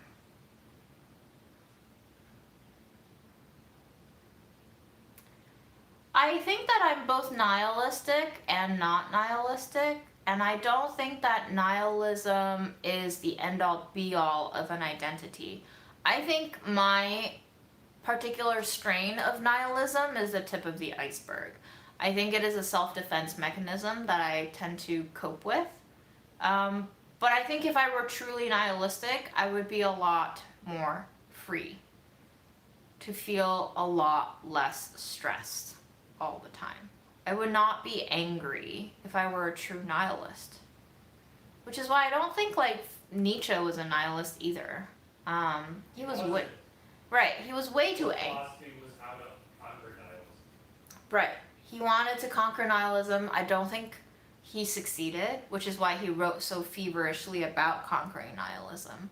I think he was a very tortured soul who lacked a lot of love from his upbringing and his adulthood. And then dude got syphilis, so shit got really crazy and bleak, like literally crazy. So, you know, we all struggle, even the greats, even the masterminds, even the geniuses, even the ones who got all the awards. Anthony Bourdain killed himself. Why?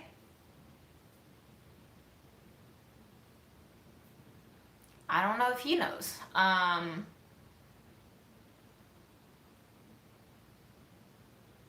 So if our world is one in which a lot of people resort to suicide, that's probably a really shitty world.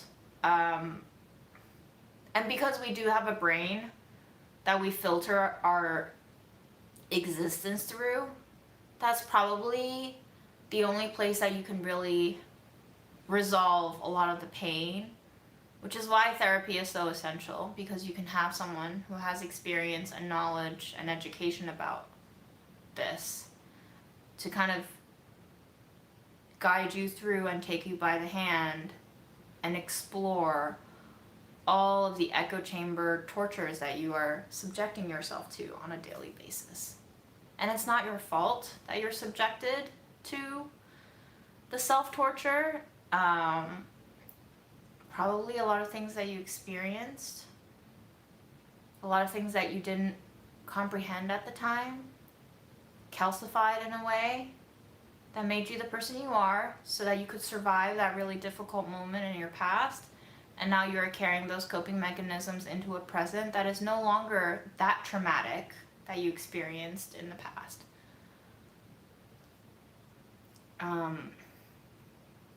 And you just kind of like need to update your software in a way.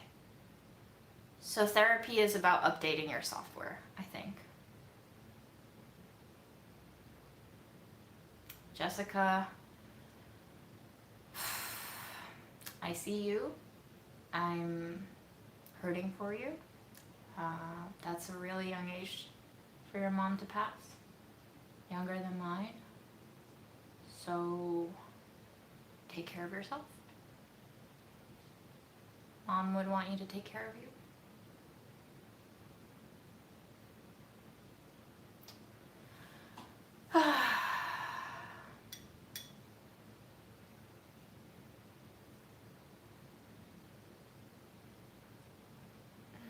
Anyway, this Lotus is delicious with some hard-boiled egg.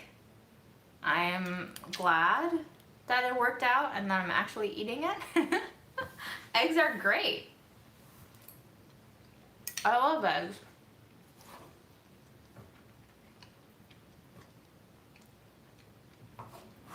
I love Lotus. I love Mom. I love peanuts. I am grateful for this bowl of food, for all the knowledge that I have learned from Mom and all of you and myself. And Mom, all of you and myself are not separate entities. As detached as they may seem, because you're all just like chattering away in a chat box, I think over the last year and a half that I've been doing these lives, a lot of the interactions, a lot of the comments, especially the ones that got really into me, have shifted the way that I think about myself and the world, and it has shifted some behavior points. It has helped me process grief in a very communal way, as communal as our society gets these days. I have a lot of friends who moved to New York and like can't find their niche, can't find their community, and they feel very lonely. I think a lot of our world feels very lonely right now because a lot of our lives are just stuck on screens. So then I guess we have to evolve. Instead of holding to old concepts of what communities are, we can start to update the software to match the hardware. The reality is that a lot of our lives are lived online, and as much as we want to degrade that and shame that and label it as lesser than, I think the internet is becoming more and more an important part of our lives, for better or for worse. This is our modern evolution in a lot of ways. So welcome to the brave new world that we have.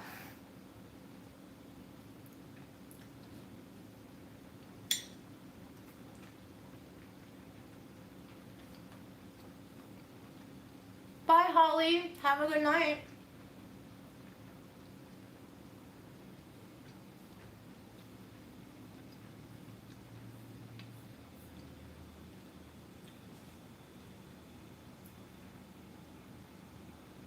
Yes. Triton727 says, wait, I don't see the first comment. I don't see the first comment, but the two comments that I do see is that you at least had someone who loved you.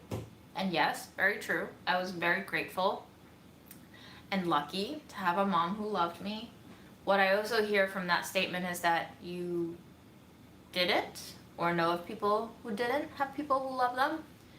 And so in that way, I guess there are people who don't win the lottery in terms of having loving guardians or parents, and that is unfortunately a very long-term traumatization of sorts, growing up without that care. So then it makes your adult life harder, because you were never taught how to care for and how to love yourself. And it is a big onus that's placed on you to learn how to love and care for yourself. You must do it if you want to live well. It is difficult, but you must attempt it, because if you don't attempt it, then you continue to live in the toxicity that you were brought up in, that you are now comfortable and accustomed to. So there is that kind of very difficult thing to parse out of, do I stay with the comfortable but toxic thing that I'm used to, or do I try to forge a new way of holding myself? It's rough. I had it lucky. I had it very lucky.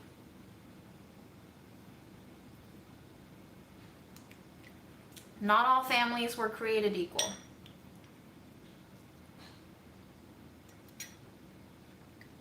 Reparenting. Thank you for that phrase. Yes.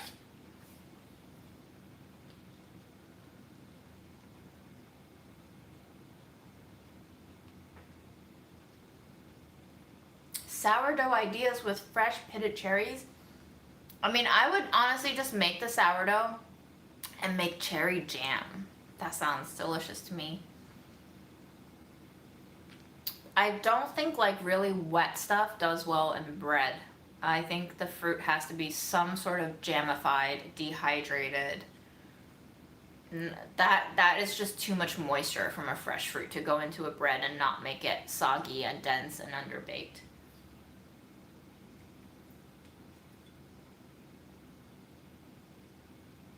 Right. Is the pain of change less than the pain of staying the same? Correct. It's a cost-benefit analysis. That's a great way of putting it. You probably, unless you are a true masochist, want to go with the side that causes you the least pain. So it is also a very personal choice. I'm not saying you, well, I did say you must change, but I guess I'm taking that back. It's hard. It's hard.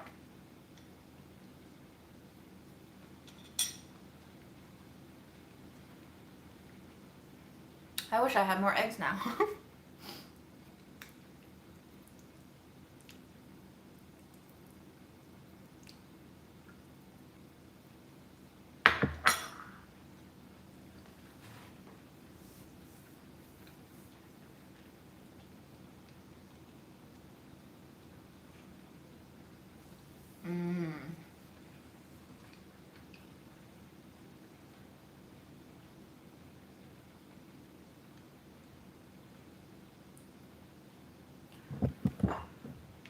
I'm tired of working in food. I really just like cooking random things. And when I work in food, I don't have time to cook random things and enjoy it. It was stressing me out to think that I had to cook this Lotus today. Which is actually why I put on this live. So that I could have company to like do it with me. So that is making me think. Thank you, Byron. Thank you for your egg donation.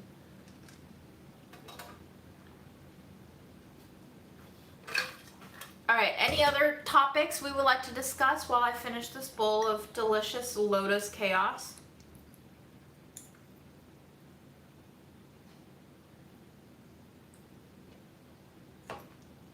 Thank you. Thank you.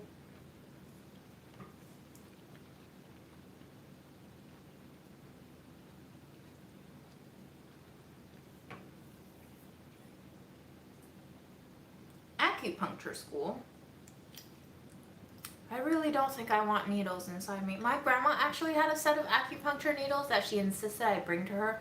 I actually don't know where it's at now. That could be very dangerous. I accidentally stabbed myself with one of the needles when I was packing it for her. Shit hurts. I don't think I want to deal with needles for a living.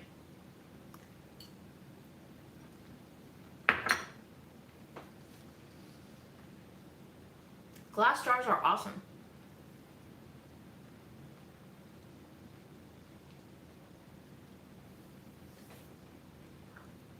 Lotus tastes like whatever you cook it in, and I cooked it in a very mishmash sauce. But on its own, it's plain, sweet, starchy, crunchy. Listen.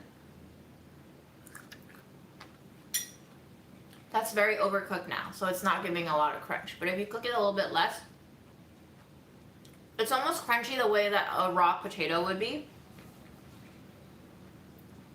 I think I described it earlier in the live as a cross between a watery jicama and a solidly starchy raw potato.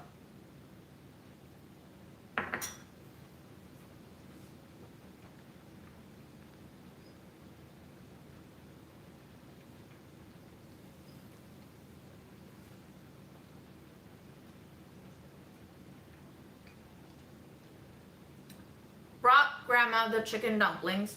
She said they smelled great, but she didn't ask for them again, so I'm guessing she didn't love them.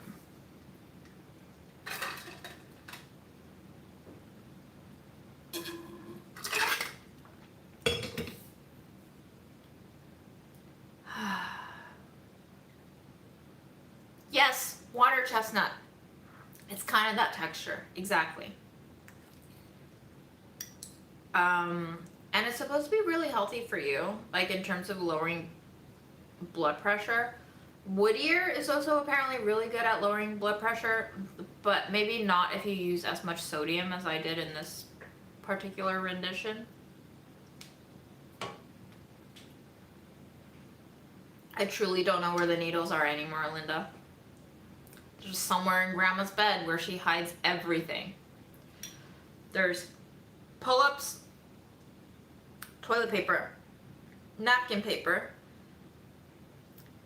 3 jackets, pillows, blankets, towels, pens, calendar, clipboard, papers, drawings, and all the food that I bring to her every day on her bed. All of those things are on her bed. I don't know how the nurses do it. They like refresh her bed every 2 days and they have to like move all of the shit off before they can change the bedding. And I'm just like, I would go fucking crazy if I had to do this 80 times a day for different people. But that's what they do.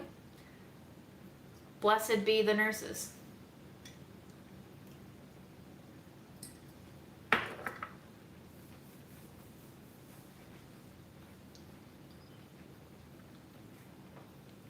Thank you. A lot of people love my hair.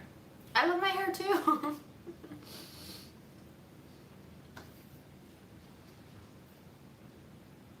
Marshmallows. God bless your grandmother.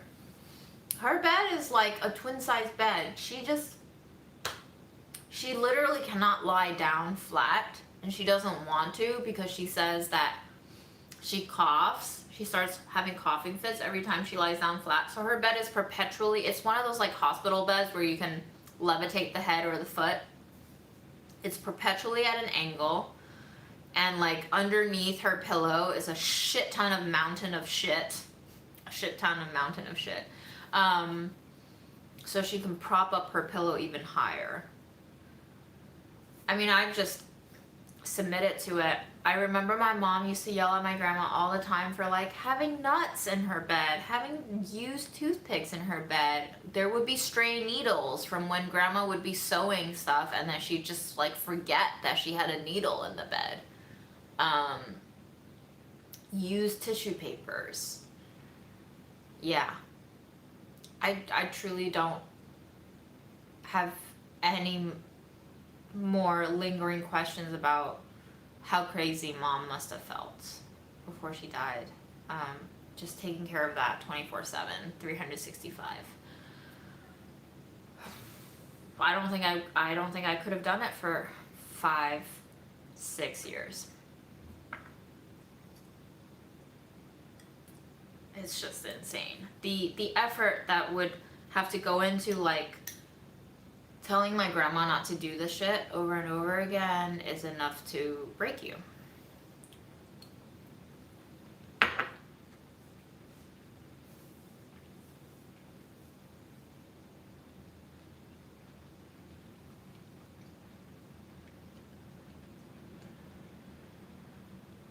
I saw myself leaving Delish before the pandemic happened. I applied for a job at Serious Eats. And I actually went through a phone interview that lasted over an hour. And I did an edit test that was composed of 6 or 7 different writing prompts that took me like half a day. Like I pulled a half all-nighter to finish it. And then I never heard back. Because a month and a half later, the pandemic shutdown happened, and apparently they had a hiring freeze. But nobody on that team wrote me until I wrote them to tell me that they were hiring freezing. And I understand pandemic, everything's haywire, but like it would be nice to have been told after putting in that much effort into an edit test. But I think that's just how media works. So I am burnt out of media.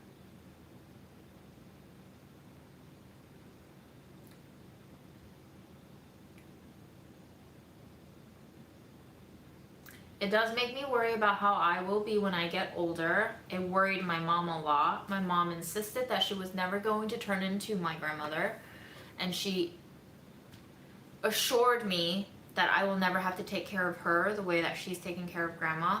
And lo and behold, mom fulfilled that promise because she died.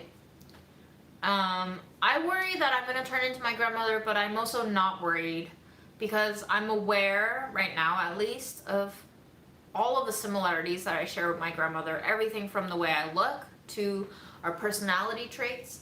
And I think having a sense of awareness is a good signifier that I will do my best, whatever that may mean when I'm older, to not commit her same behavior patterns. And I'm hoping to not live to 94 and beyond. I'm hoping to not live past 85.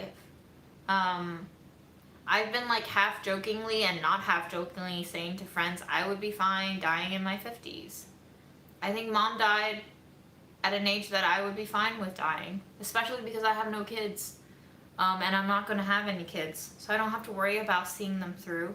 I don't have to worry about traumatizing them if I die early. I don't have to worry about anything.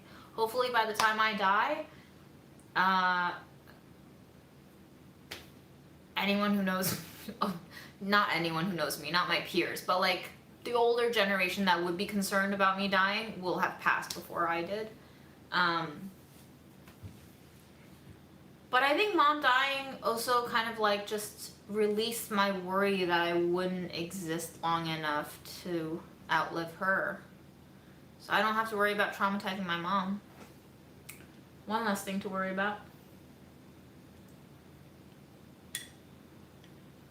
I don't think there is a way to prevent myself from becoming my mom or my grandmother, and that used to feel like a death sentence to me, but I'm starting to look at it differently now. This is not something I have control over. The trees flower and wither every year. This is the same cycle. And in a way, I'm not me. I'm just an extension of my grandmother and my mom. And I think the best thing that I'm doing is ending that cycle.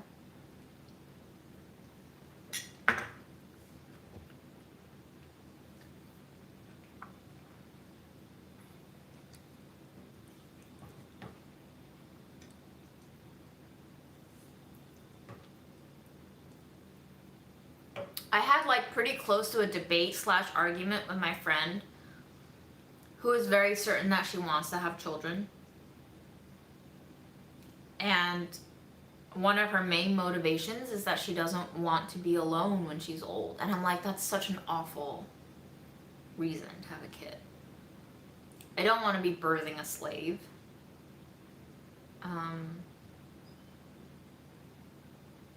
Different cultures, different upbringings.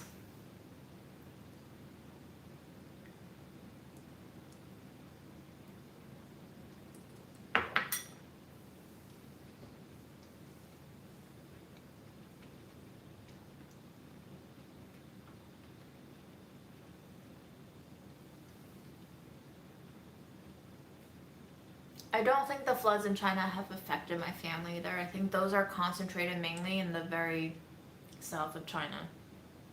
But over 500,000 people have been affected. And there's also that earthquake that happened in Afghanistan that killed thousands.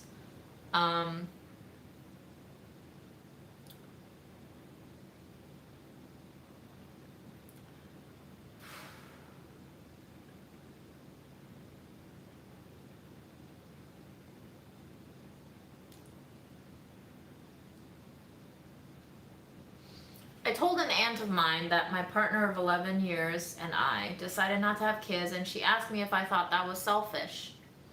Vicky, I hate your aunt. I hate people who insinuate that not having kids is selfish. Who am I depriving of what?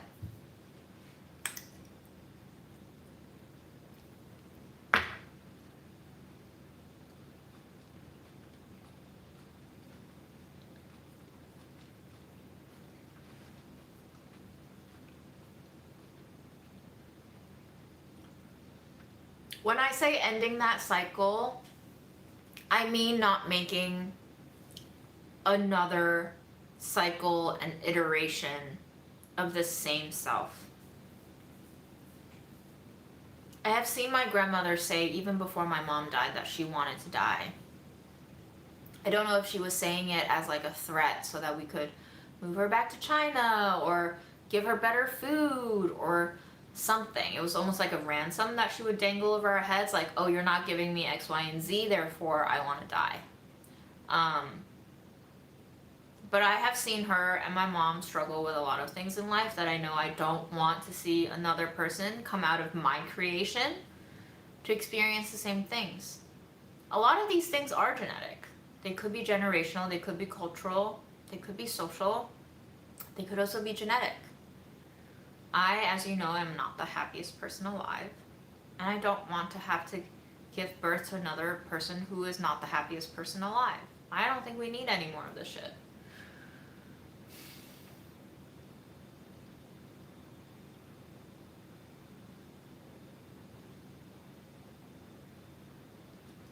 I think our society also vilifies dying alone, but ultimately we all die alone, right? Yeah, wasabi peas, I think you are exactly right. Everybody dies alone.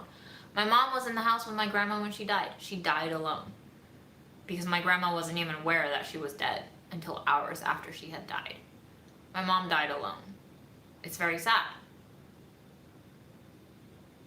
My grandma will die alone, even if I'm in the room. Because I've seen her go through panic attacks and coughing attacks and whatever attacks, and like, to her, no one else exists when she's suffering. In the throes of suffering, you are alone. Even if you have someone touching you and trying to calm you down, you are suffering alone. Loneliness is not something that you can push away. It is not something that you can escape. It is not something that you can pop a baby out of you to act as a body shield. It's not. You're gonna have to deal with that loneliness when it comes.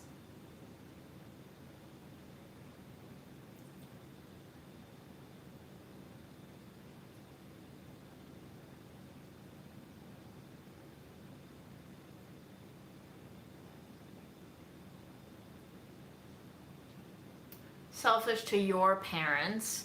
So you not having kids is selfish to your parents because your parents wanted grandkids, because they want to see the fruits of their labor yield fruits of labor, to prove to them that everything that they lived for was not done in vain. But I'm also here to tell you that everything that you are doing is in vain, and you should enjoy everything that you're doing because it is all in vain anyway. So if you can limit the suffering you do to yourself, limit it.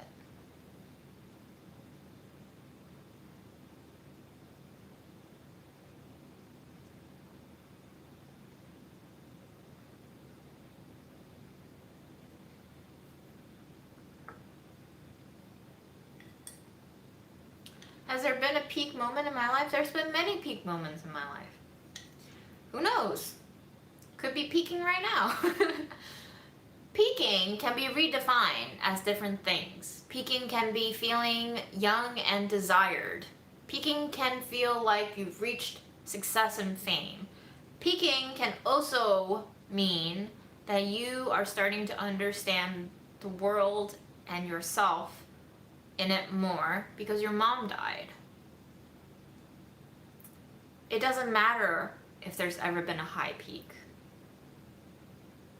It's just irrelevant.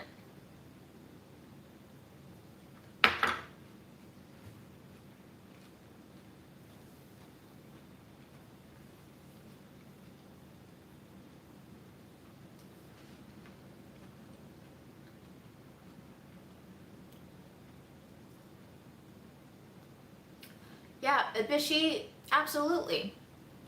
Ibishi says, I didn't ask to be born and now I have to live life, good or bad, and deal with people around me dying. It's so depressing.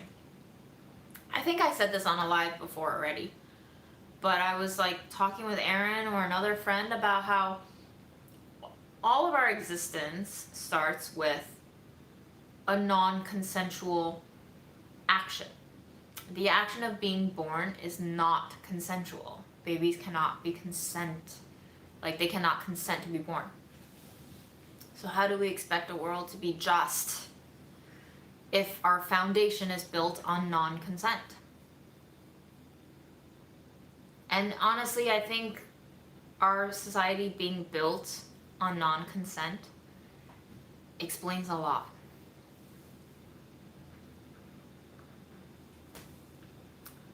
How does Aaron feel about your thoughts on dying at 50? Does your partner count as one who will suffer from your loss? Sure. But I cannot live for others in that way. And, I just threw out 50 because I'm 30s now. If I live another half of my life, I really don't know how much more I can accomplish or realize or grasp or do. I'm 33 now. If I live double what I lived already, I will be 66. What is there for me to do in another lifetime?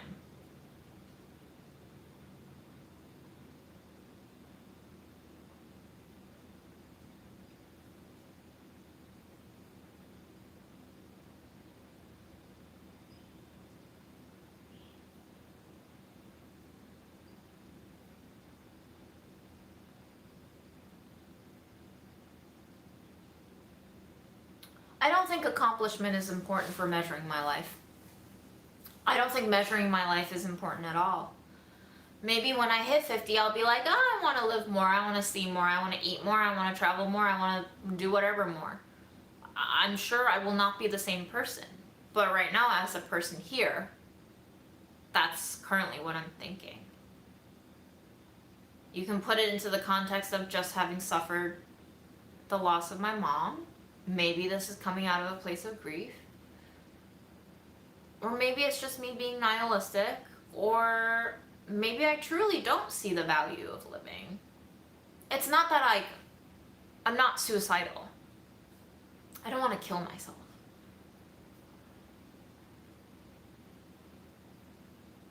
But you don't have to be suicidal to not see a value in living. And for me, not having value is a sort of freedom because I'm not addictive. I'm not addicted to being alive if I don't see value in it. Like, my mom saw value in having financial savings. She was addicted to saving. She was addicted to the point where she deprived herself of things that would have made her feel good in the moment. Things like turning on the winter heat. If you're not addicted to money, then as long as you have enough to sustain yourself, you're fine. But I think this is like a tenet of Buddhism, right? As long as you have attachment, you have suffering. As long as you have desire, you have suffering. And if my ultimate goal is to not suffer, then to see no value in life, and that's not to say life is worthless. I'm just not seeing the value in it. Then maybe I can be freed of a whole bunch of suffering that I otherwise would not have.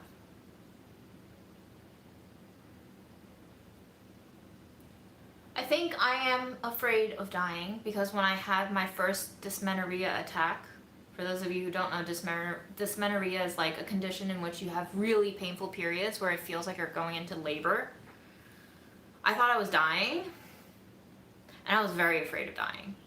I remember saying to Aaron over and over again, I don't want to die, I don't want to die, I don't want to die.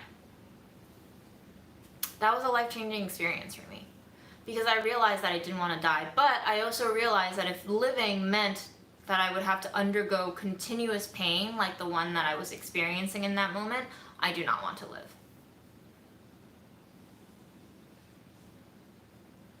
So it's nice to know your limits, and it's nice to know exactly how much you'd be willing to pay for something.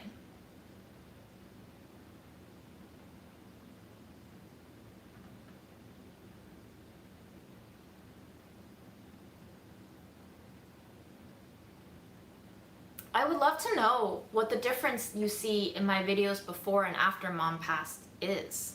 From like someone outside of me to tell me what the difference is would be illuminating. So if you could put it into words, I would love to hear your thoughts. And also let me see. Oh yeah, my phone's about to run out of battery.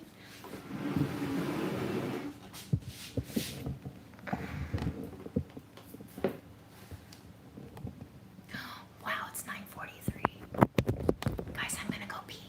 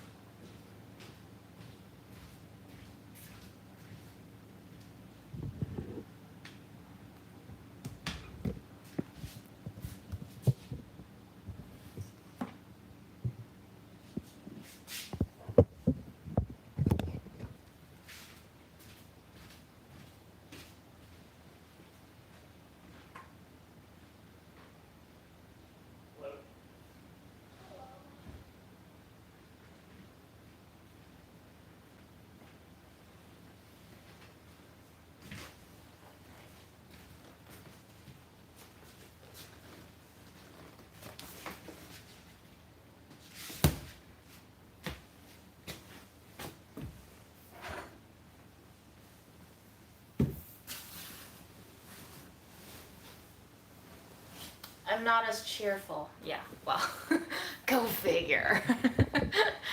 I'm not a kid anymore, right? Like as soon as mom died, I lost the privilege of being a kid.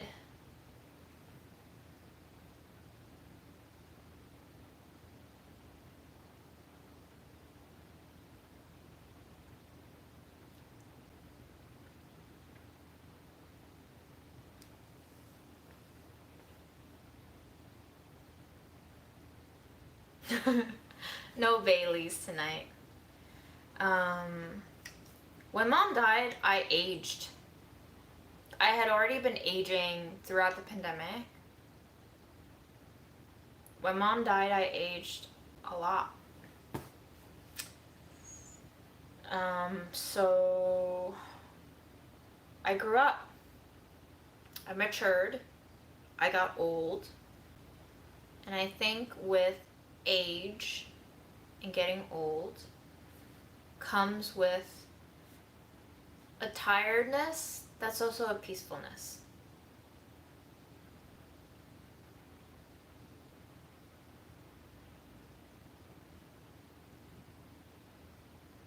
Seeing a therapist can be essential, but also allowing yourself the time and the space to go through all of the shit that's being piled on top of you is also essential, if not more essential.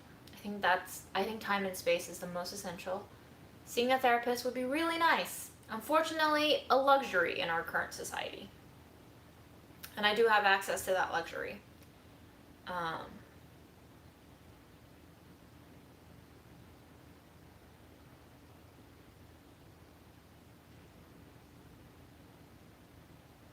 I do feel like in the last 2 months, I've always accepted that mom was dead.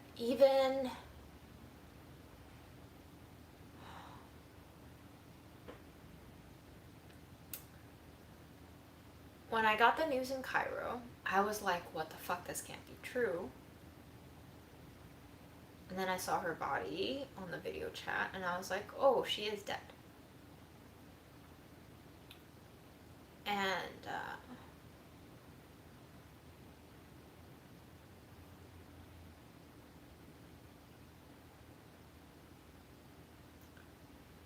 you go through a couple of days where you're just like, wow, I can't believe that happened. Like, I literally can't believe that it happened. Because it's so quick and so much of a shock that you can't process it. But on the plane ride back to New York, I was just like sobbing. And a flight attendant was like, are you okay? And I was like, yeah, my mom just died. And she was like, oh man, I'm so sorry. And I was like, yeah, what can you say, right? So I come back to New York, and for the first week, I'm fully aware and acknowledged that mom is dead, because I'm the one taking care of grandma now. And mom isn't here anymore to tell me why all of these letters were on the table, and what any of this means, and where else she's hiding cash besides random CD albums. But I don't think it soaks into you right away. Even if you can logically grasp that somebody's dead and no longer in existence. And I think it's taken me 6 or 7 months to get to a point where I'm like, yeah, mom's gone. She's not coming back.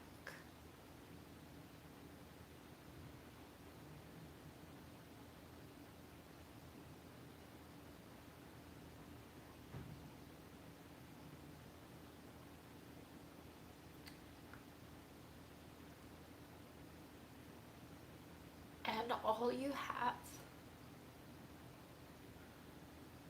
are these things that she left behind that you chose to keep. And the memories that you have with her. And the things that she has taught you. That you've absorbed. And yeah, you still have the people that she knew and had relationships with to learn about the other sides of her that you don't know. In the way that I am keeping some part of my mom alive, other people that my mom had known are also keeping her alive. I'm fine. So, it's taken that long to get to a place where I'm like, okay, yeah, this is my reality, and I have to be okay with it.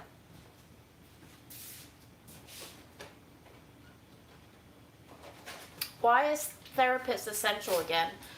I would say essential, literally translated, means you can't live without it. You can a lot of people, much of the world lives without a therapist.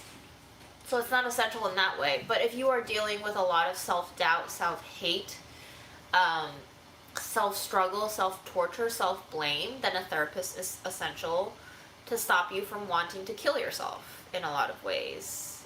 Whether it be a figurative kill yourself or a literal kill yourself. A therapist will help you understand why you think the way you think, and hopefully redirect your thoughts into another pattern that is a lot more sustainable, because you have to live with yourself for the rest of your life. So you want to make sure you have a good relationship with yourself, and a therapist, a good one that communicates with you and is speaking on your wavelength, can help you manage your relationship with yourself. We always think about relationship with other people.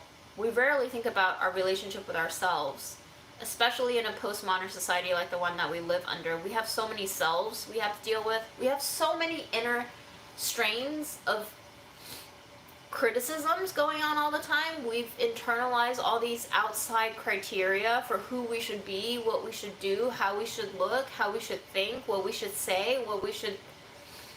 so much. So how do you manage all those lines of conversation without wanting to kill yourself? Our world is a sick one because everybody is noisy. And the noise is enough to drive a lot of us crazy.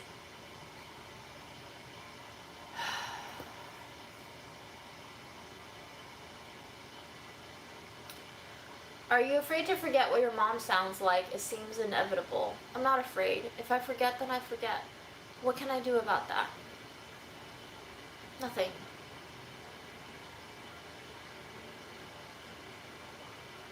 It is not going to be her voice all the way. Like, just think about, I don't know if you were here for the lives when I was listening to the cassette tapes of when mom first started dating dad in the early 80s. First of all, their voices sounded so different than the voices I recall now. Those are the same people, but those are also not the same people. They're 40 years apart. Second of all, the tapes degrade themselves over time. We will never have an accurate portrayal of what their voices sounded like at any given point in time. Distortion is inevitable. Change is inevitable. Aging is inevitable. So am I afraid of forgetting what my mom sounds like? Yes and no. I mean, I'm sad to know that one day I might forget what her voice sounds like. But I also know that there is no standard mom voice. And also I'm not afraid anymore because I've already lost her. You can't lose something again.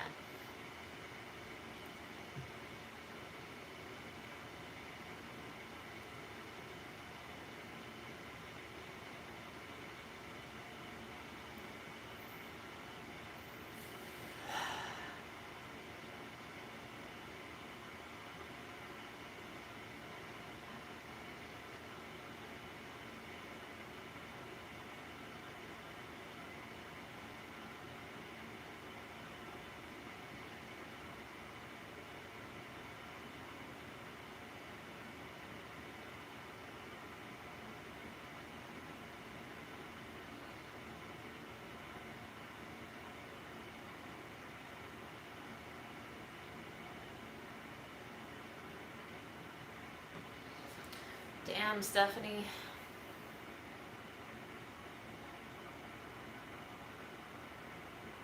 Yeah.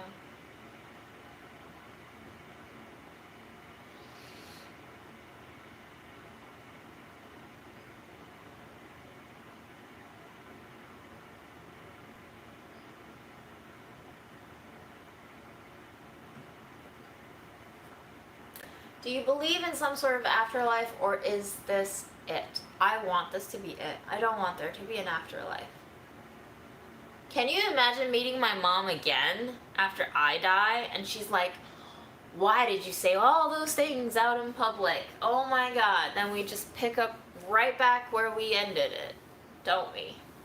At least now I can just have closure my way. I can finally control the narrative over mom. Isn't that what life is all about? Power, huh? But I don't... Aaron, your water's ready. So many people, especially my mom's circle, filled with Christians, wanted to console me by saying, oh, you'll meet her again in heaven, she's in heaven, and one day we will all, like, reunite. And I'm just like, if you want that to be true, fine, but, like, I'm good. I'm good.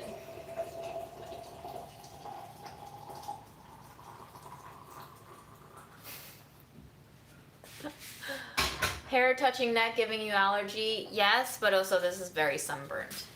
What tea are you having? Chamomile. Chamomile. I think this is heaven, guys. This is it. Can you believe it? Welcome to heaven and hell. They're the same place. Jackass. Hello, Jimmy Kip. Welcome to the Juniverse. What an awful place to be, huh?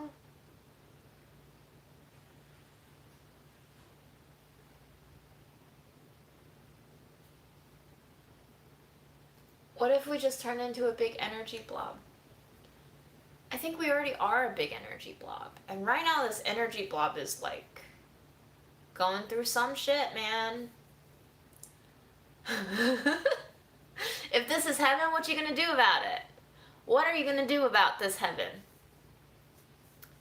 Guys, if you found out that you already died and that you can't die again, what shit would you pull? Like right now. What the fuck are you gonna do with this afterlife?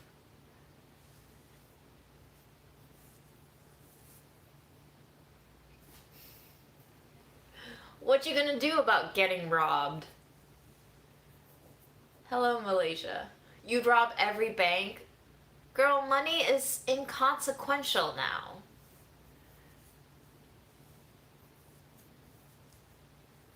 You want your fucking money back. Don't we all?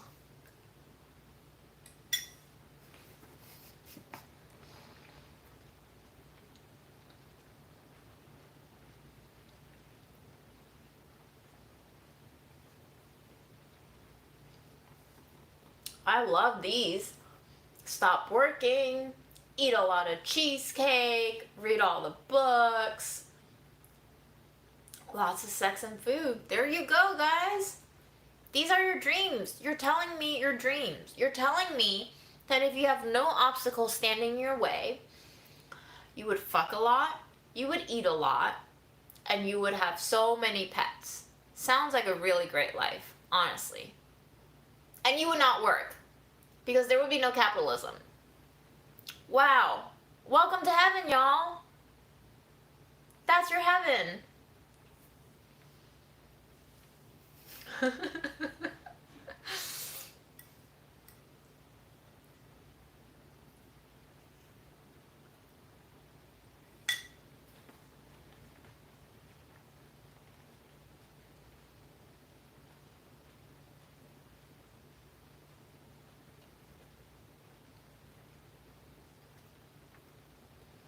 Hell yeah. Tell your boss to F off. I support that. Tell them to stop being a fucking cop. And then you tell yourself, looking in the mirror, to stop being a fucking cop too. Oh, man.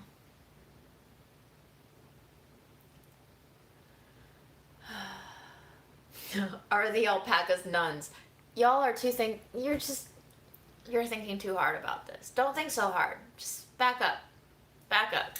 Alpacas, nuns, they can have coexistence together. I don't think alpacas understand what nuns are. I think that's the beauty of alpacas. They don't really understand human shit. That's why they're so pure. Can you imagine if an alpaca was like the giver from the book The Giver and like understood everything that humans understood? That from the book The Giver? What? The Giver from the book The Giver. Yeah, the book title is called The Giver, and there's a character in it who's the giver. Movie from the Morbius, from the movie Morbius? Correct. That alpaca would be fucked. So let's not fuck up that alpaca. Let's just keep the alpacas alpacas. Find a way to stop oil production. Would you really care? Would you really care about oil production?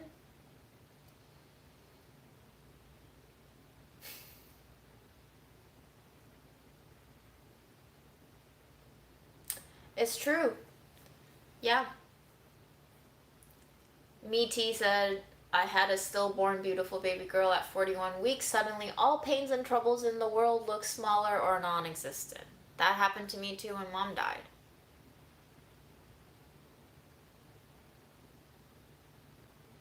I kept stressing over her accounts and like trying to sort it out, because that was, I think looking back now, I was stressing so hard over the financial stuff that belonged to my mom, because I felt like that's what she worked towards, and like that was my only way of making it up to her, is by taking care of something that she had tried so hard to maintain, because I didn't take care of her while she was alive. So like that was my only chance to even come close to taking care of her.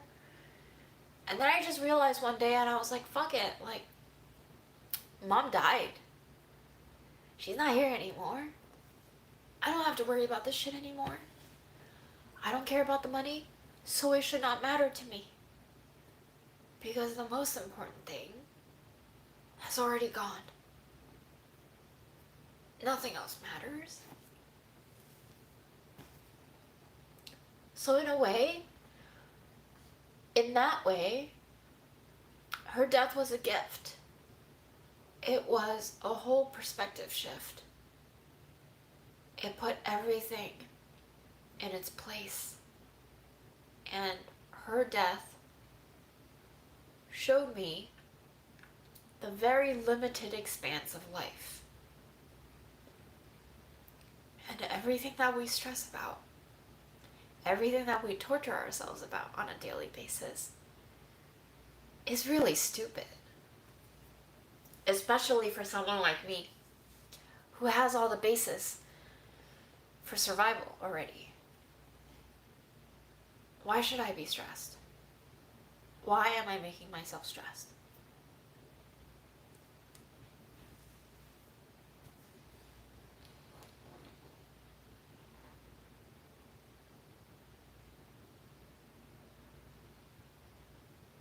I think for mom, money was a signifier for happiness. If you could have money, especially as an immigrant, if you could have money, that is the closest guarantee you have of having happiness.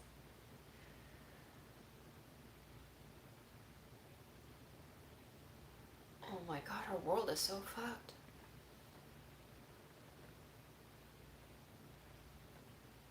That we have created a system of dependency on money to provide us with happiness.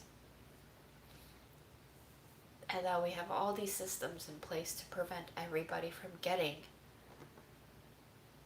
this supposed means to happiness.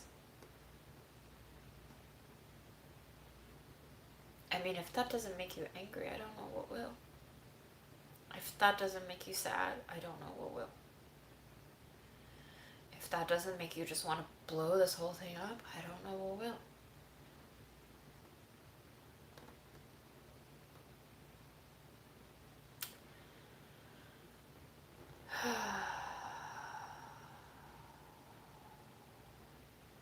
Breathe.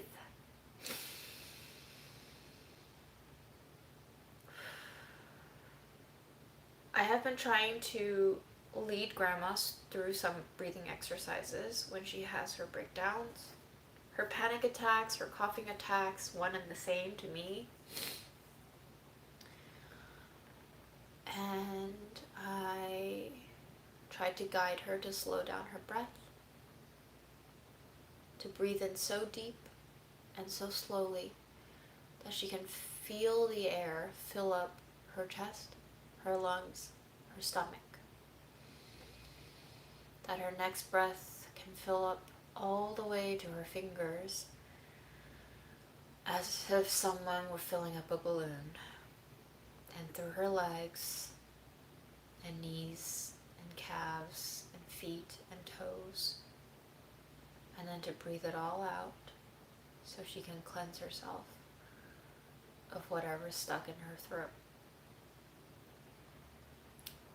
And I said to Grandma, to breathe is to be alive. To be alive is to breathe. If you have the breath, you are alive. As soon as you don't have the breath, you are dead. So if you want to live, breathe. Breathe deep. Breathe slow. Breathe in. Breathe out.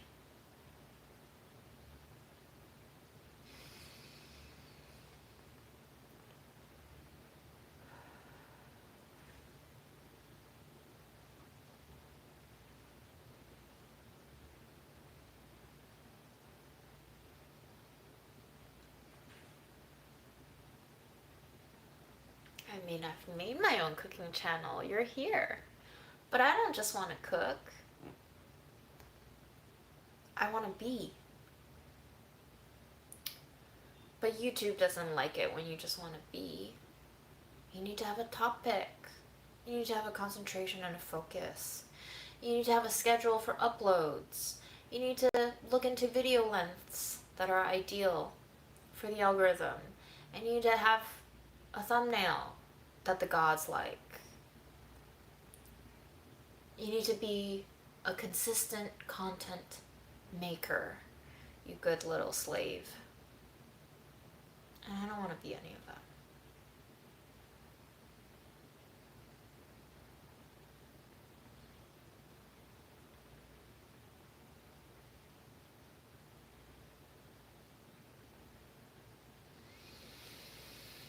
Interesting. I don't know about pressure points. I'm sure it would work on her because a lot of grandma's physical symptoms, I think, are psychosomatic. So if I told her, hey, I'm pressing on your lung pressure point, I'm sure she would be like, oh yes, I feel it healing me already.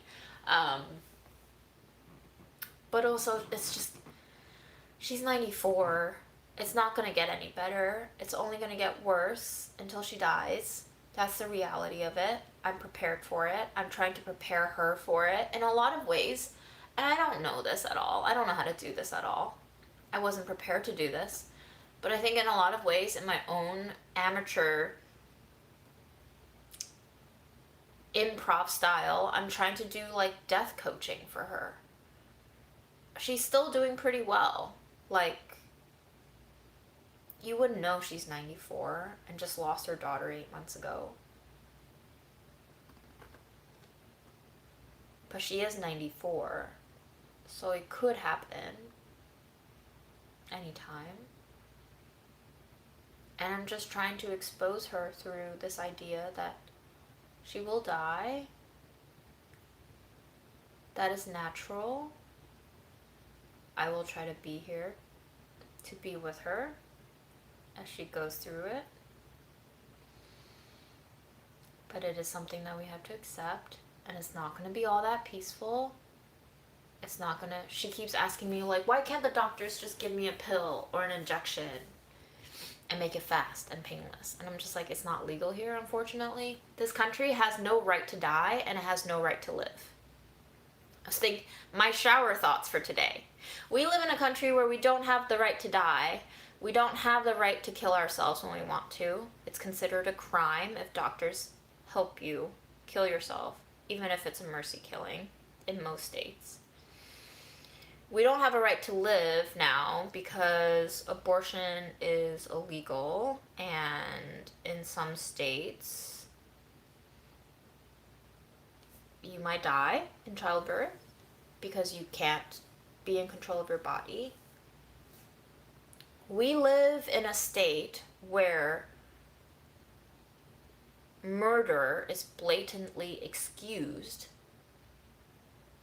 as lawful depending on who you are.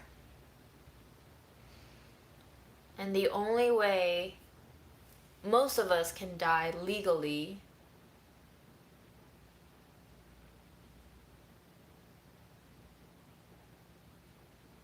is by under other people's control. Well, that just blows, doesn't it? Talk about human rights.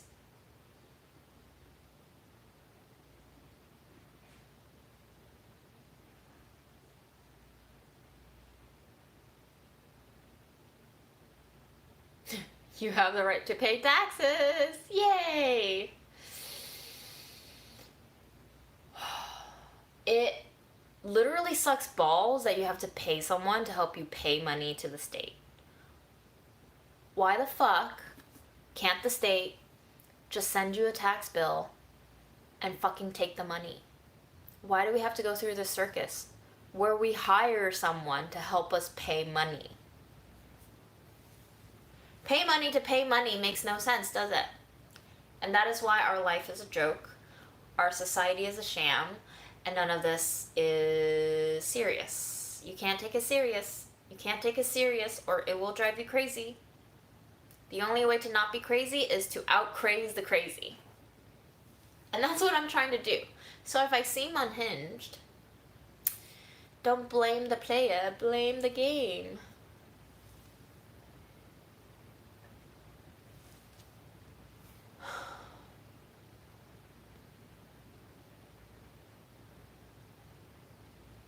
Guess what, K-Clock? I did the taxes myself. Last year in 2021, the federal government sent me a bill for like $130 for my tax return in 2019. And then just yesterday, I got another mail that said, hey, the federal government told us, the New York State government, that they amended your tax return from 2019 and that you need to send in an amended tax return and pay any overdue amounts plus interest to us ASAP. And I'm like, first of all, I don't even have that federal letter anymore. I don't remember them sending me an amendment, and you're telling me now that I have to send you an amended tax return? Why don't you just tell me how much money I have to pay for you? Like, make it make sense. You're gonna make me waste money on another tax person and waste time to fill out this amendment to pay you what, $80?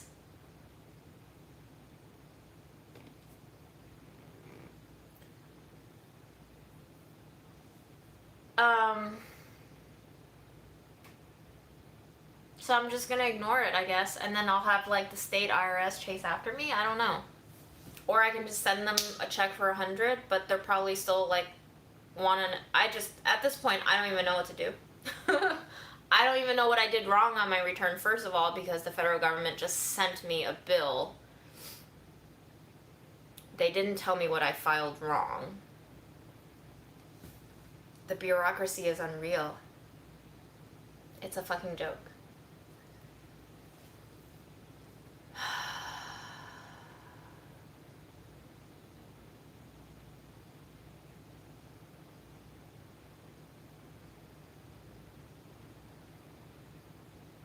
Yep. Big tax return process for making more than $10 in interest. Yeah. Yeah.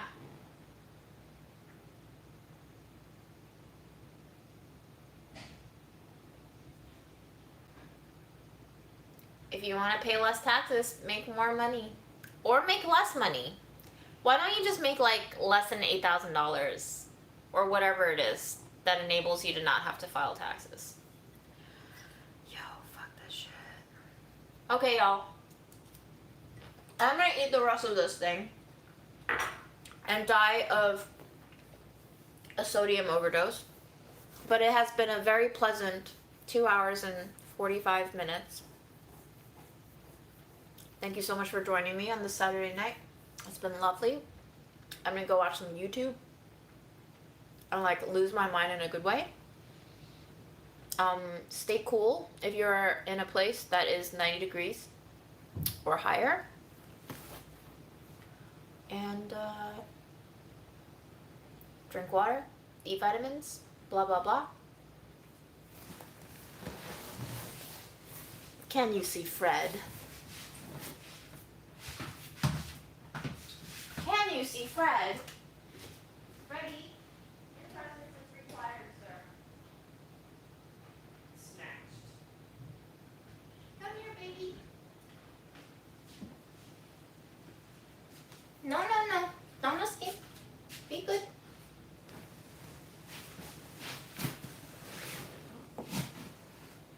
Freddy, the people wanted to see you. They wanted to see you, baby boy. And I know you weren't going to come voluntarily, so I had to snatch you. I'm sorry. You're so annoyed, right? But I will give you treats after this. I promise. How's 4 treats? Is 4 treats worth it? Yes? Yes?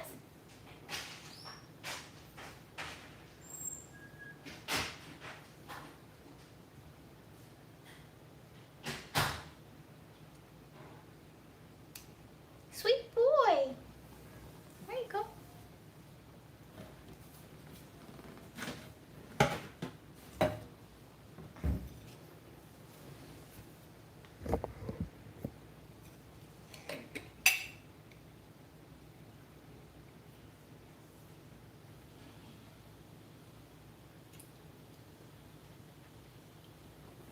You're so silly.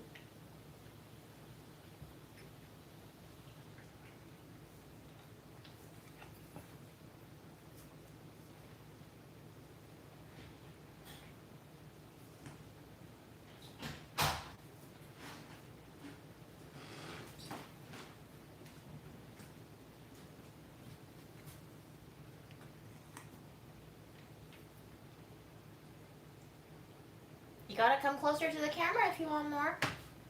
Aw, you cheater.